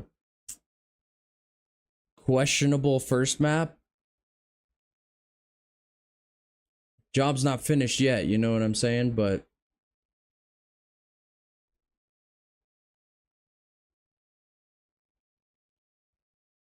who knows what could happen.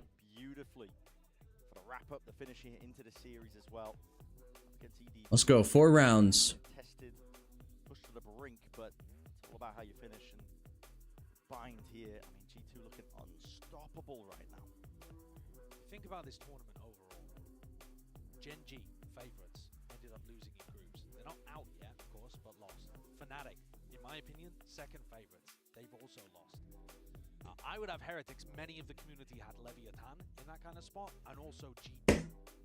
A lot of these teams have looked shaky, and yes, G2 are getting pushed in these maps. But if this one ends dominantly, you've got to have your eyes on this squad as another one of those potential candidates to lift the trophy later on, to go on some kind of run. That's the crazy thing about these big events, especially champs, where it all culminates at the end of the year. I mean, G2, you can't exactly call them unlikely, or a dark horse, I would say, to potentially get that trophy, because they have been good in their own region. Sorry, I know I'm pale. Oh, my shoulder itches. Let's see if EDG can get a pistol and make this one a game. Nah. Let's get pistol here, G2. Not being broken. Already Icy rebounds that nade. As soon as he hears the wingman, that will be the plant denied. From the plant. Man dead. Things here. If EDG just want to evacuate, grouped up, hesitation in their step, and now going to be making their moves over towards the B side. Should be open for the taking. Leaf. Leaf. Just wanders right into it. Happy to take that fight now, but G2 not willing to slow down. No. Anticipating the full wraparound. Beautiful round from Chichu. Fucking Leaf, man. Falling asleep, bro. Pretty rare that EDG would be going through the teleporter without having some info on the B side of the map.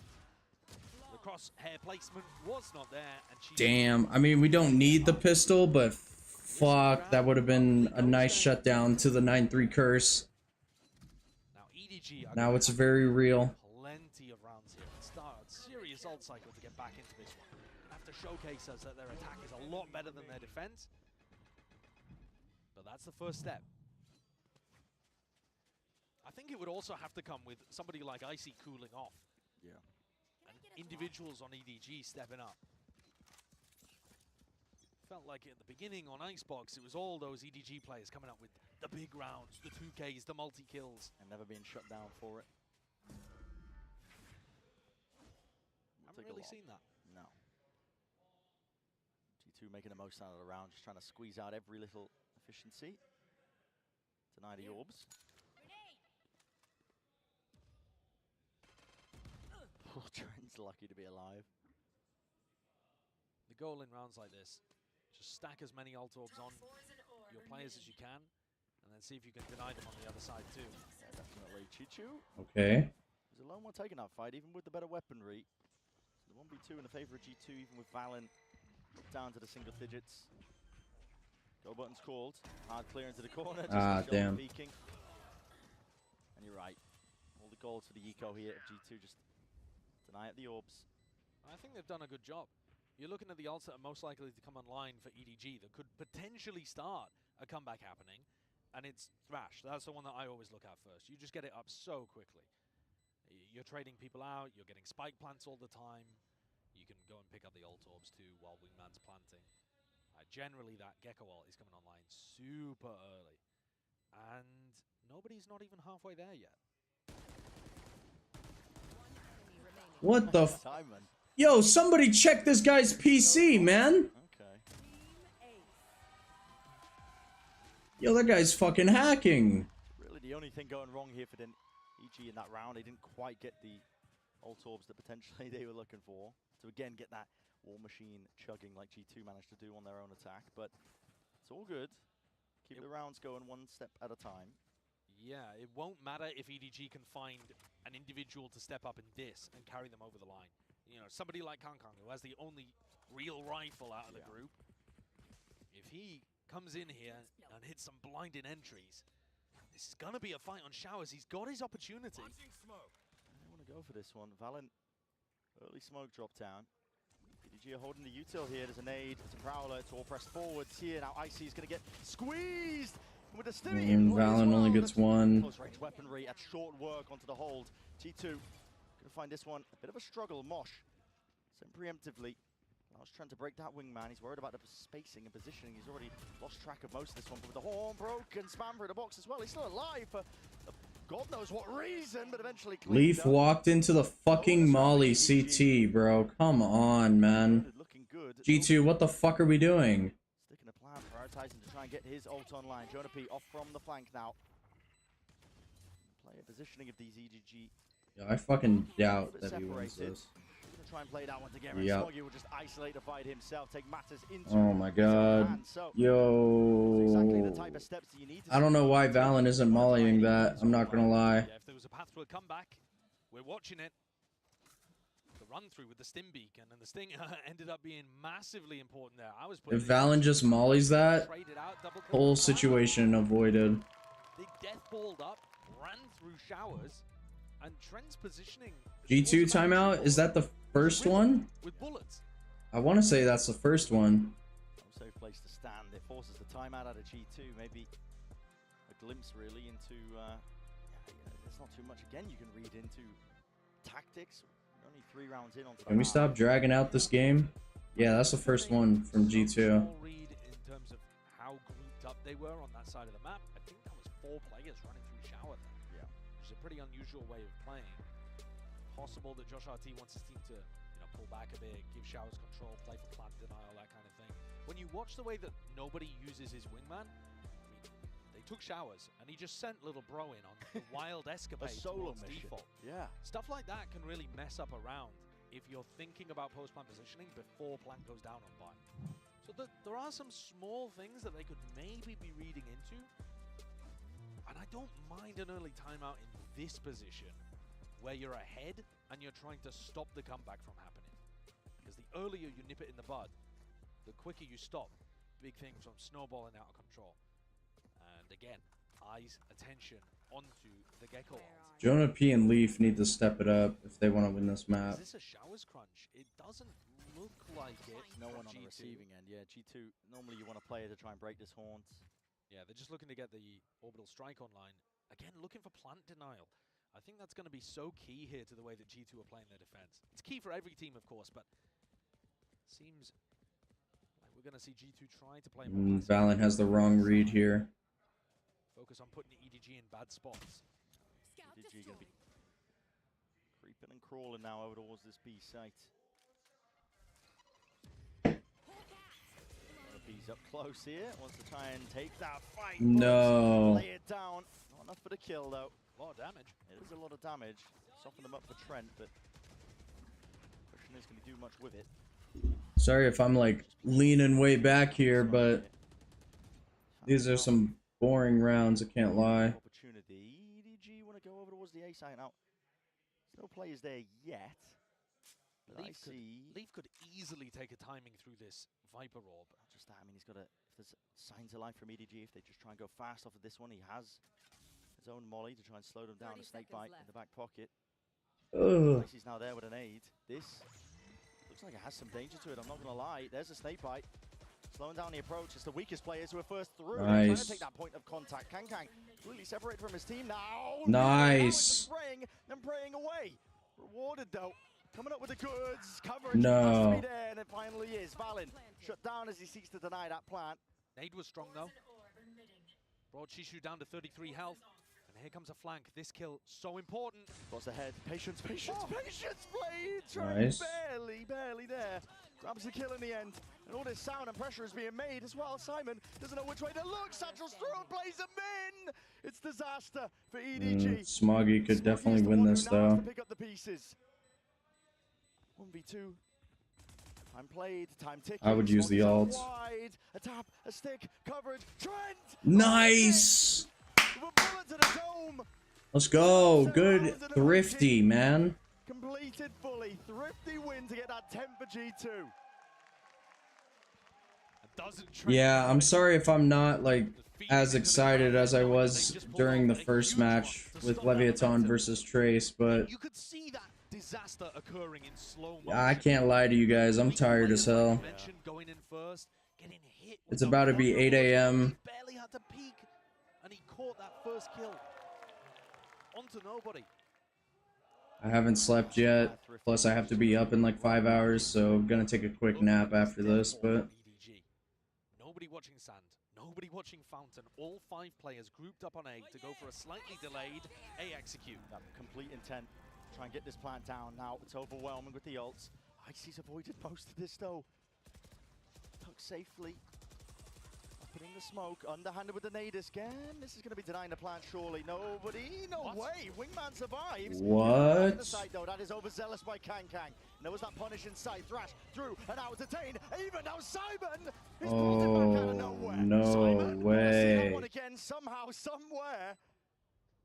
What was looking so damn dangerous. Leaf now not offered much. Ow. Spraying right through the wall. Simon finishes it with the secondary shot. Leaf, you gotta get a fucking kill, man. The EDG team, gotta see that. He pushes through by the look of things and just swings back sight and deletes 3 of them. But he seems like it was very unexpected. Take a look at this in the replay. As they're focused on retaking lamps, and he gets Trent in the back. Beautiful. No way, man. Not there to deny. Yeah. The target priority too. Doesn't get flustered, doesn't get overwhelmed there when he sees 4 players. Picks them off.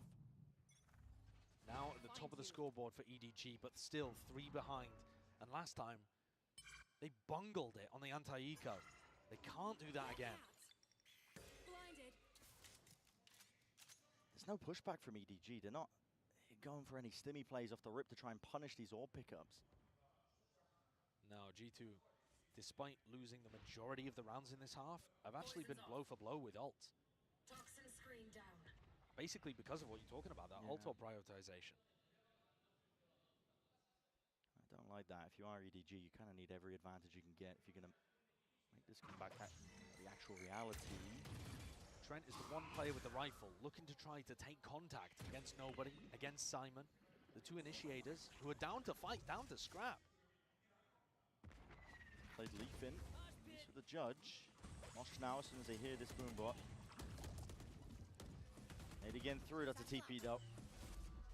EDG trying to, oh, Jonah P, you are right there behind them, but again, this util into the back pocket of G2. Surely this doesn't happen again.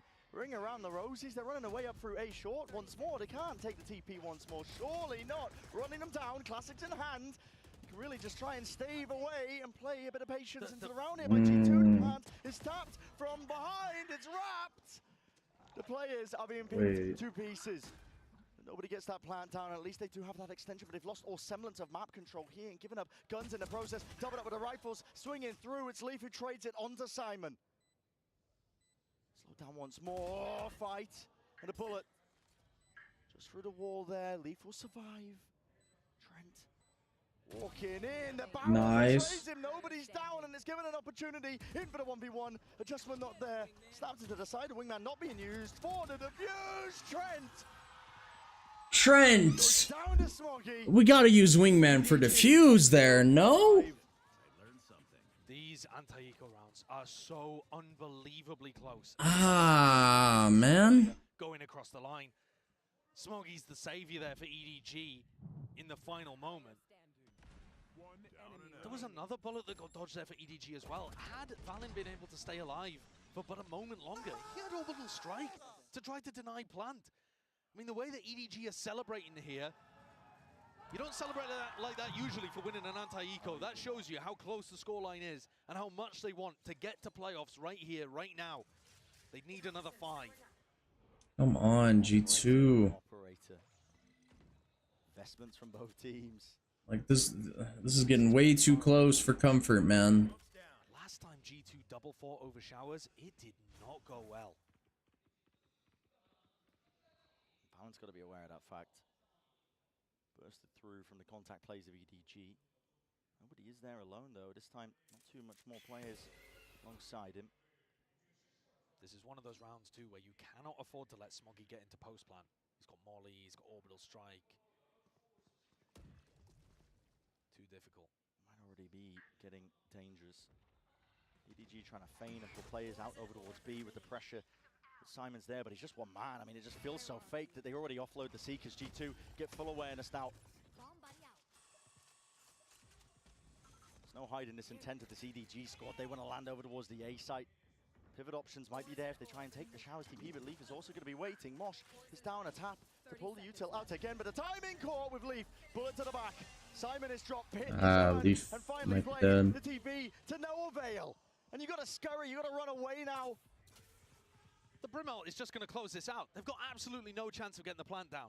Just not enough done preemptively to pull all this util out. It will take miracles, but again, like you said, orbital strike, primed, ready, nobody pushed. Nice. 7 seconds, 6, down to 5. No time, no time. Line, but the time is lost against them. EDG, no more chances, no more opportunities. And the 11th round, concatenated up now by G2.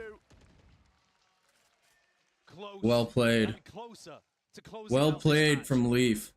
G2 have weathered the storm on Haven. Ow. Are currently weathering a comeback on Bind after a 9-3 I have a half. cramp in my stomach. Ow. Forced to take the tag timeout. They just got outplayed here. That lurk, which was supposed to be their plan B, completely getting shut off by Leaf. The timing around his Viper Orb, lovely. Not enough to sell it. Just Simon alone, who's just dumping his Oh, give me a second, chat. See if they can open up A. EDG have actually managed to get themselves an ult advantage now, but they're 3 rounds behind and 2 losses away from having to drop down to that lower bracket of their group. G2 have burnt some big ults that are good for plant denial. I mean, the orbital strike being the big one. It was a great investment from Valin, absolutely secured them the round, but they can't sit back as passively, and they also can't be burning up their utility early on too.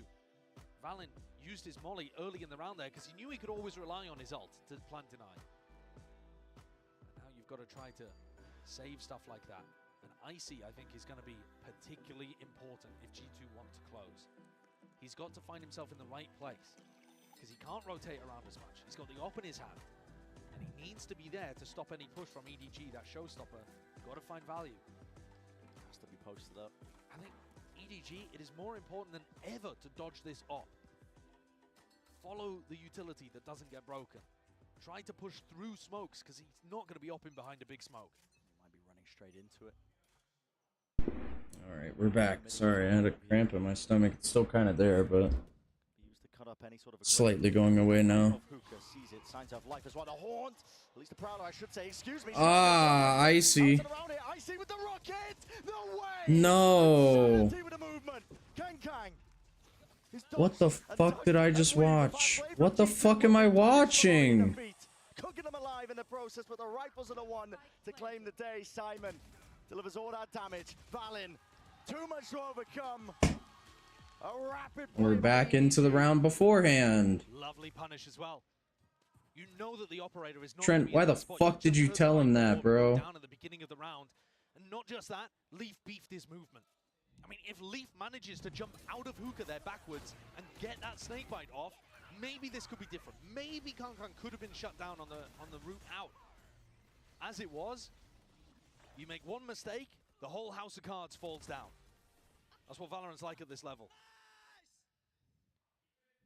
And G2, that mistake has now caused them to be on an eco. A 4-stack over towards B, exact opposite side that EDG are going for. This is looking like the gap might close to 1. A lot of presence now and pressure to apply. No, the decay hit. Fuck. G2 have been good at least denying some portion of this one when they're on the right ecos, but the players are not in the right places at the right times. Icy's dead. Definitely going to be falling here. Satchels. Bullets flying his way. Ult's even committed here. Yeah, I'm not a big fan of that. Yeah, nobody feeling like he has to use it to try and clean up most of this round. Maybe just evidence, I think, of the frantic nature that EDG are operating under. It should be cleaned up. Should be. Carrying a lot of weight. Valindo isolated into this spot. Tries to pre-fire it into the corner.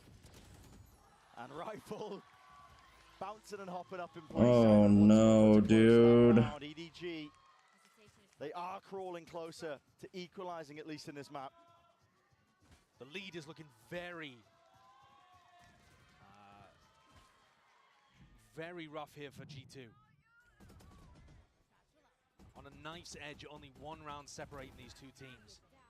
But EDG, I think a little timorous there in terms of how they use their ults. I think you needed to save those for some big rifle rounds that are coming up. Burning them on the anti-eco when you'd already got the plant down. Last time out from G2. Attack timeout, so EDG have some time to think about this, but I think that's a bit of a waste personally. EDG losing a potential ace up their sleeve that could have been so helpful in these final few rounds. But for now, their eyes are set. This fucking bear is back. God damn it, bear. Attack timeout. Forcing G2 to come up with the answers. Despite how close some of these eco rounds have been, G2's money has just been getting knocked down consistently. Lunch money stolen. Oh man, come on, G2. Let's close it out. 2 rounds, man. Simon, who's been doing a lot of the shoving, just moved to this school. This round and the next. Quarterback too. The size of him. Let's call it out. 22 Why are you stroking it like that, you weirdo? Looking to add a bit of firepower, a bit of a different skill set to EDG. Moving the calling over to nobody. Trent has ult, Chichu has ult. It has breathed new life into EDG. They are close, so close to pulling off this comeback. It was 9-3 at the half. You can see it on your screens. Only 2 rounds gained for G2. Now, that's a horn. Ooh, the eye messed up. Clear out through the top section of B long. Bit more uncertainty now into the step of EDG. 2 players spotted there. Trailblazer G2 getting some good information. Simon's got to be cautious here. There is a possibility that a Thrash could end up coming through the teleport. You see that G2 are looking to clear out short. Here comes that Thrash. Yeah, re-clear. Detainment catches onto him, but again, no. Reinforcements arriving. EDG, they want to try and put a stop to this one. Nade around IC. He won't be denied. The line is nice. And any sort of challenge, he will swat you away. What a beast. G2's going to try to make the difference on the other The timing though, the timing. Just as G2 have backed off, could this be the moment? Could they maybe try to turn this 2v5? It's a sound bait. Valen's holding. Valen's holding. No. Jumping around. That's a pit into the spawn. Trying to grant him a bit of that space and luxuries, even if they can get into the A side. 2 versus 4 still here for EDG. The double push coming out from Leaf and Icy is going to be fast onto this. They've planted, not for the pit, not for backside, but exactly for the flank. It's going to be delayed here. They have planted for that flank occurring, this fight. Contact plays, shoulder to shoulder. They split themselves up. Smoggy is alone and isolated. All comes down to this timing. Does he win this fight out? Can he make it a possibility? Nice! Not ideal, and Icy, one more for the ace, denied from that, yet still the damage has been done. Chichu, it's a 1v3, no util left to his name. The defuse already tapped, stuck all nice! The 12th round is earned, it's under their belt. What a huge fucking play from Trent and Icy, man. Beautiful setup, the G2 run. You saw that happening live. Boombot comes out, smoke, just to give Icy this space. He's not even that great with the first spray onto nobody, but then the readjustment shakes himself off, and every shot after that was perfection. You are insane! He's playing incredibly right now. Definitely one of Icy's best games at a time when G2 needed it desperately. If this was Icy putting up Let's close it out, man. normal performance, EDG would probably have already won this map. They have needed their duelist to become a star. He stepped up to it. As you've already Please, let's close it out, man. Not the current kill leader. Simon holds that title, but matters not if you end up losing the series. If you end up losing this map, on the precipice now, G2. It's a stalwart hold, a defensive setup.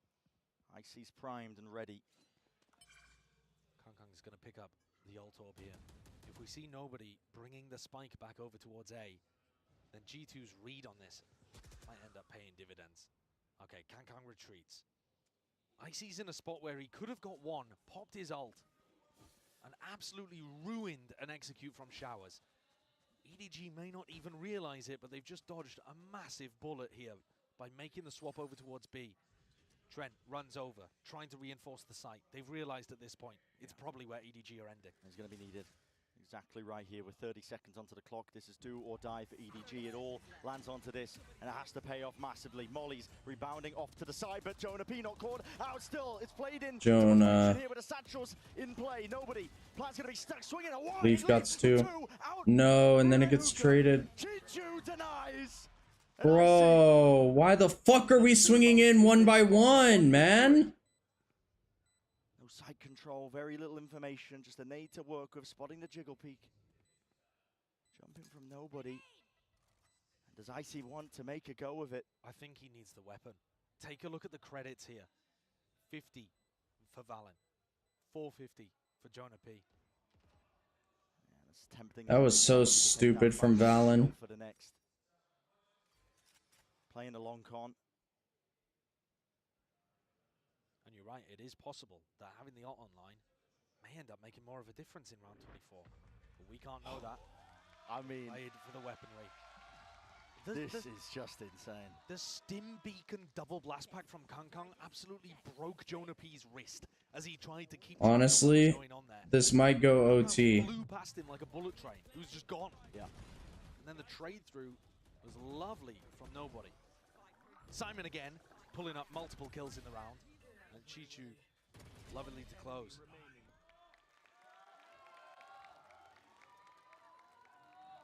Round 24.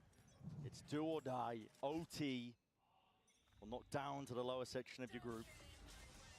And ults are now online here for G2. Crewed up, built up, mosh pit.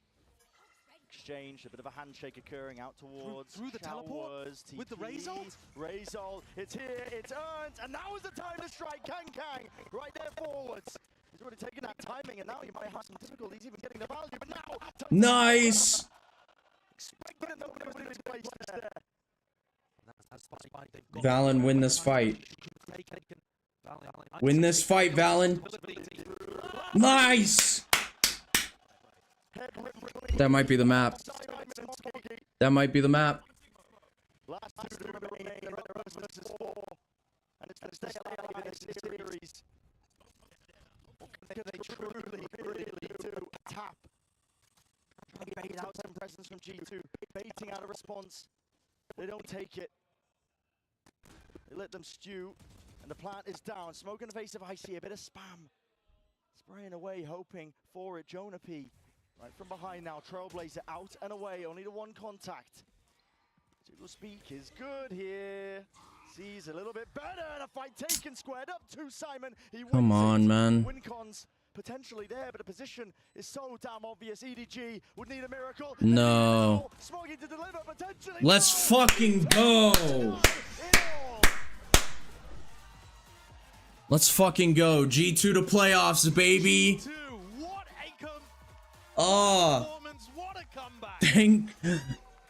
Oh, thank you. Thank you for winning, bro. I was about to be so upset if I had to sit here and watch 2 America teams lose back to back, because I already got to do that tomorrow night. A valiant effort, a great try from EDG. but theirs is not the glory today. Every single #1 seed has lost in groups. G2, they rise up to the occasion. Don't get me wrong. Tested, pushed to the brink. And it could have got closer if we went to OT, but 13-11, you have to take that at the end of the day. A 2-1 scoreline all the way. G2 have earned that spot now. Let's fucking go, G2. Into the playoffs, and maybe, just maybe, it's their time to shine, going from strength to strength. I think you've got to be paying attention to this team. Coming out of a group that has PaperX in it, EDG in it, teams that are playing pretty... I mean, I'm saying Valen, bro. Right now, Wait, where's Valen? Valen, vote. Everybody's voting Icy because he did well on the final map, but this definitely pushed them much more than the previous one. But it showed that same the fact that Valen was able to frag out as well saved him. Spirit that they've got in them. Resilience, right? Yeah, to get past the difficult times and push forward. Just there for them. If you guys don't know, we stick around until the match highlight, and then we'll talk a little bit about the summary of the game. And then I'm gonna go ahead and end stream and go to bed and try and get a little sleep, hopefully. G2 to step up and have a big performance. They're gonna get their shot in playoffs. Exactly. Already setting themselves up for success, just getting through this match. Battle worn and tested.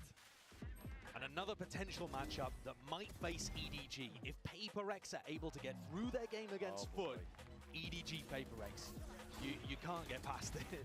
I mean, it is inevitable. It feels inevitable at this point. My God, this is explosive. Beginning to end. Yeah, that was a crazy match. I can't lie. That was a crazy, crazy match. Well played, the EDG.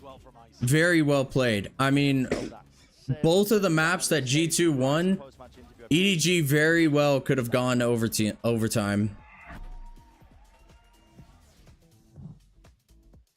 Hello, it's time again for the post-match interviews, and I'm joined by G2's Leaf. GG, Leaf. Good game. What a game, close game too. 네, G2의 리프 선수 만나보겠습니다. 원했던 EDG를 상대로 오늘 결국에 플레이오프 선출권을 드디어 가져갔습니다. 쉽지 않은 경기였던 만큼 이제 뭔가 중국의 넘버원 시드 EDG를 만나본 오늘 경기 소감부터 들어보도록 하겠습니다. You made it to the playoffs. Tough start, rocky start, but you came through and got a win against China's #1 seed EDG. What are your thoughts on the game today? I think that there were some issues that we had that I can't really say, but I think that, you know, there were some problems in the beginning and we started a little rocky, and then Haven, even then we had to come back, and then on Bind we were in such a good lead, but I think they played very well, and I think that, I mean, I think we showed a lot of resilience in the adversity and stuff like that, so I'm just really proud of how the game went, to be honest, because we closed it out, we didn't choke, so it feels good. 이제 초반에 좀 이슈가 있었지만 얘기를 할 수는 없지만 이제 초반에 조금 그런 실수들이랑 이런 걸 만회하고 이제 헤이븐과 그 다음에 바인드에서 우리 팀이 이런 팀이다라고 컴백을 잘 보여준 것 같아서 오늘 경기 결과가 만족스럽다고 하네요. 그리고 말 나온 김에 헤이븐 후반부터 이렇게 좀 다시 컴백을 하면서 G2가 승리를 가져가게 됐잖아요. 좀 어떤 이유나 전략의 변화를 줬길래 이런 컴백이 가능했던 건지 좀 궁금합니다. Speaking of like the changes and coming back mid-Haven, what changes made that possible for you guys to like bounce right back? I think just discipline and also just like realizing their win condition. You know, we played a very out of the ordinary comp on Haven, and there's some problems that there's some problems on that map in general. Like, I feel like the fact that like teams are known for rushing a bomb site every single round and just, you know, winning a game is kind of crazy, but I think we just fixed the mistakes and just held our nerve a little bit, and it just made it pretty easy. 이제 좀 헤이븐의 우리 팀의 좀 문제점을 좀 잘 파악을 하고, 그리고 원래 뭐 헤이븐의 좀 독특한 오늘 조합을 갖고 나왔기 때문에 뭐 맵의 그런 좀 특유의 특징들도 있었고, 이모저모 어떻게 좀 다양한 접근법으로 전략을 좀 다양하게 해서 우리가 컴백을 성공한 것 같다라고 이야기를 하네요. 그리고 이제 플레이오프에 선 진출을 하게 되면서 조금의 여유가 생겼습니다. 이제 플레이오프에서 다음에 만나고 싶은 팀 또는 그리고 뭐 어떻게 좀 준비를 할 건지도 좀 들어봐야 되겠습니다. You have a little bit of a break until the playoffs. Which team do you want to meet? And also, how are you going to prepare for that? If not, if you don't want to mention that, you can just say, oh, I would like to do something. I mean, we're gonna have to see who comes out of, you know, like second seed in every single group. I'd really like to not play an NA matchup, to be honest, because I just feel like domestic is just not as fun as playing international. Right. You know, in general for playoffs, I know we can't play them first round, but like Trace would be super cool. I think they're showing a lot of creative stuff. And then I think DRX would just be cool just because of like being in Korea. And I haven't played against those guys in a long time. Obviously they changed rosters since I played them back on C9 in lock-in. But I think it'd just be fun to have that like kind of rematch. 이제 좀 아무래도 원래 아메리카스 출신에서는 만난 팀들은 다시 안 만났으면 좋겠고. Interesting answer. 트레이스도 오늘 되게 창의적인 플레이를 많이 보여줬기 때문에 좀 재밌을 것 같고. Has been a long time since Leaf played like DRX and shit, so. 뭐 그때 락인 이후에는 만난 적이 없기 때문에. But he was definitely watching the Trace game earlier today. 리프 선수의 인터뷰 만나봤습니다. For sure was. Your win, Leaf. Thank you for the interview. Thank you. All right, we'll be back tomorrow with more Valorant action. Bye bye. Bye bye. Oh, it's icy. Late time here in Seoul, South Korea. Let me see. Hold up. 24. Santissimo. All right, I am joined by Icy. Hey, man, it's fucking 8:30 a.m., bro. That was a slugfest, huh? Yeah, it was quite a series. The last two maps, like, yeah, all rounds, all 24. Yeah, were you, I mean, look, we know EDG is a phenomenal team, right? So you guys were very much aware of that going into it. But I guess, you know, mentality with the team, like, were you guys just very gung-ho? Because I know you guys, like, have a more of a cautious optimism at times, having known you for a little while now. Yeah. Or were you guys like, okay, let's just take it one round at a time? Or were you like, no, we're going to win this? I mean, we wanted to always like stay confident, but just make sure it's not like too overconfident to where we're over peaking. So just making sure we're like staying disciplined, just playing our game plan out, and worked out. No, for sure, for sure. Yeah, I want to know. It's like your first time going up against EDG. What did that feel like? What was that team like to go up against? I mean, everybody knows they're kind of crazy. You know, the China region in general is well known for being a little bit unorthodox, let's say. How did it feel playing against them like live on the server? I mean, they played a really good game. Their icebox looked really solid. All the rounds were like really close. Yeah, I mean, like we've scrimmed other teams as well. We scrimmed them in Shanghai. We scrimmed them, and we also scrimmed Trace. And like I kind of knew Trace were gonna be demons going into this. Oh, so like, you had the intel. Yeah, we knew they were doing really well against us in scrim. So. Damn. Okay, I gotta show you the pick'ems in a little bit because you're gonna be blown away by what the community rated Trace at. It's pretty mind blowing. But I mean, you were absolutely. Huh? They scrimmed EDG and Trace. You even yourself have talked about it just being, you know, fitting more into the G2 system, right? This is the and whatever, blah blah blah. But nah, you were cooking this game. You felt great. Do you feel like you're getting that mojo? You feel like you're getting that energy up because it's showing in your gameplay. Yeah, I'm feeling a lot better. Like start of season, I was not playing as confident. So now I'm just going to these games just feeling so confident. Was it because of the fact that you were like coming in and there was a lot of expectations, or I think a lot of it was like me, like kind of not going for the plays I like used to go for. You know, I'm in a better system that I've never been in. You know, Josh is a really good coach. He's just like teaching me to be disciplined, don't go for too much. Yeah. And as a duelist, it's kind of hard to find the perfect in between. You know. For sure, for sure. Hey no man, doubt. Right? Do what brought you to the dance though. Okay, always remember that. Always remember that. What about for you guys for this event? Like going from Shanghai to coming pretty close. You know, you guys had a great tournament. Your run came short there in the lower finals. What do you think it's going to take for you guys to, you know, get over that hump, get to the grand finals, maybe lift a trophy? Like, what's going to be the difference between then and now? I think in Shanghai, you know, like every team like needs a losing experience. You can't just win every game. So I think those losses in Shanghai are building us into a better team. And we learned a lot from that. And I think going into this tournament, we know what to improve on, and like we've been improving on it already. Yeah. So we know these things, and we know to, you know, just keep looking forward to these next games. For sure. Now, Paperton did have a round that he wanted to show you, just simply because you guys were just so coordinated, and it's always a testament to what you always do. But I mean, go ahead and run through it. Yeah. So this is round 7, and it's a really cool like way you guys set up the post plant. You get the Viper's pit down. You do all these awesome things to get yourself into a really favorable situation. I want you to walk us through this. If you remember. Look it up. Yeah, let's see. All right. So you get naded out of the corner. Yeah, with the C's there. Great movement. Yeah, it was like delayed timing on that. That was kind of got me off guard. And then they nightfall you too. Oh, this is the round I got fade ulted, and there was a mosh in U-hole. So we were thrashing through U-hole, I think. Yeah. I just ran through the mosh, but I think my team got me, you know. Yeah, they I had was trying your to back. capitalize off the second thrash usage. Yeah, they definitely had your back on that That one. was a really good post plan from us, you know, just close it out. Only me dying. How much are you putting it? Because it seems like these post plants are very well coordinated, very well rehearsed. But how are you dealing when things don't go? All right. I mean, I could sit here and watch this forever, but you know, I kind of want to go to bed. I'm not gonna lie to you guys, but so EDG versus G2. I just gotta say that was a incredibly entertaining match. EG played super well.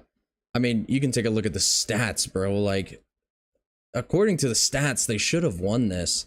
It was just certain things that, like, EDG kind of failed to capitalize on. I feel like Kong sometimes kind of overstepped his boundaries a little bit.